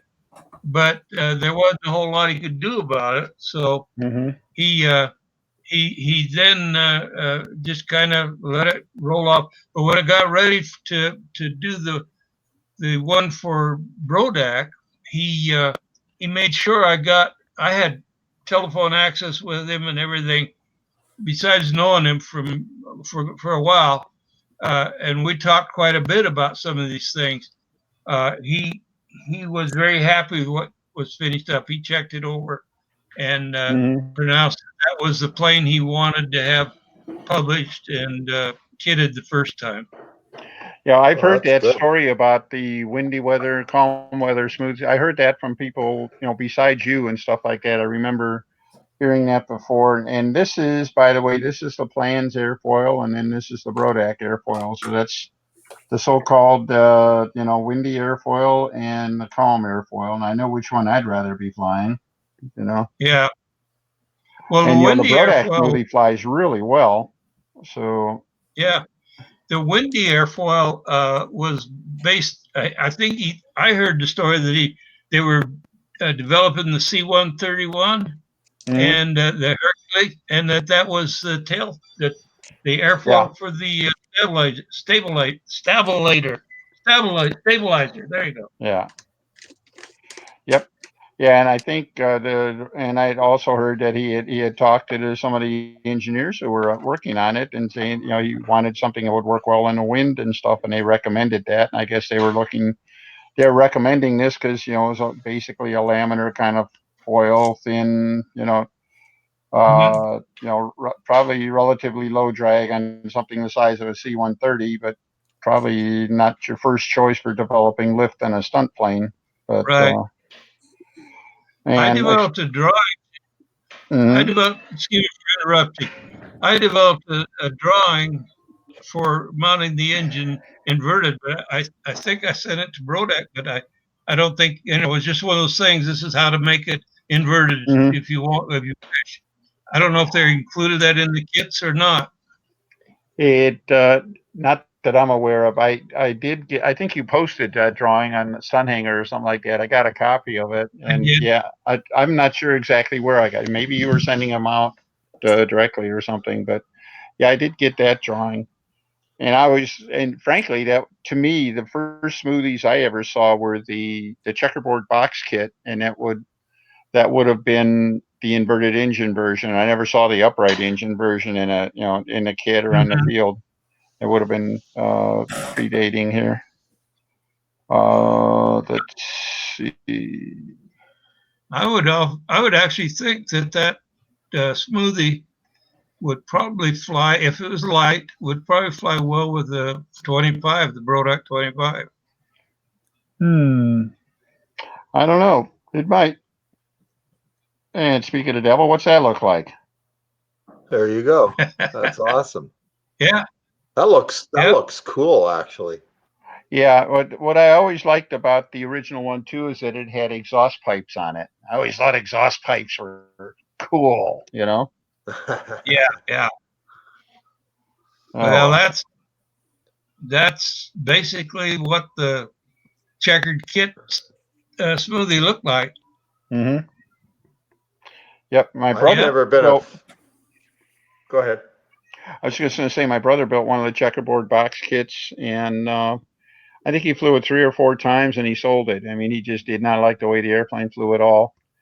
And then we got our hands Really? on I got one of the Brodak again. I got one of the arcs, converted it to electric, and I made it a bolt together airplane too. And it basically is actually there was some mad. I was actually in my mind at least. I was trying to work on something that John might be able to get made as an ARF. Uh, bolt together ARF could be a nice Mm-hmm. thing. I guess I'd kind of envision a bolt together ARF with the engine, with an electric motor pre-installed and everything like that. I mean, would have been right up the alley in China, I think. Yeah. And you basically buy this box of airplane and then just bolt all the parts together while you're waiting for your batteries to charge. And by the time they're charged, your airplane's together and you roll out your strings and you're ready to fly. But Well, uh, I've never flown the Rodak Smoothie. And you say it flies well. extremely well. I think it's a very good airplane. Cool. Yeah, So Wayne Yeah. had one. He used to bring it out to the fort pretty often. He took a 35 millimeter film canister and bored a hole in top and stuck a glow plug in it, so it was an electric, but so it had a cylinder sticking out of the top. Oh absolutely. my! I ran across a set of plans for the old original, the early Thunderbird with the upright engine, Mm-hmm. and showing down there underneath it is the fuselage for the radial version of the Thunderbird. Yeah. And that actually looks quite nice. That was the one he took to England. That's, I guess it's still in England. Yeah, and in fact, there was a story at South Africa, I thought is where he left it. Maybe it was England. No, I think you're right. It was England. Yeah. But he left it, and wherever it was recently restored by whoever has it right now. Yeah. So I think it may be one of the clubs over there that actually is managing it or keep. Yeah. All right. Let's see. Product project.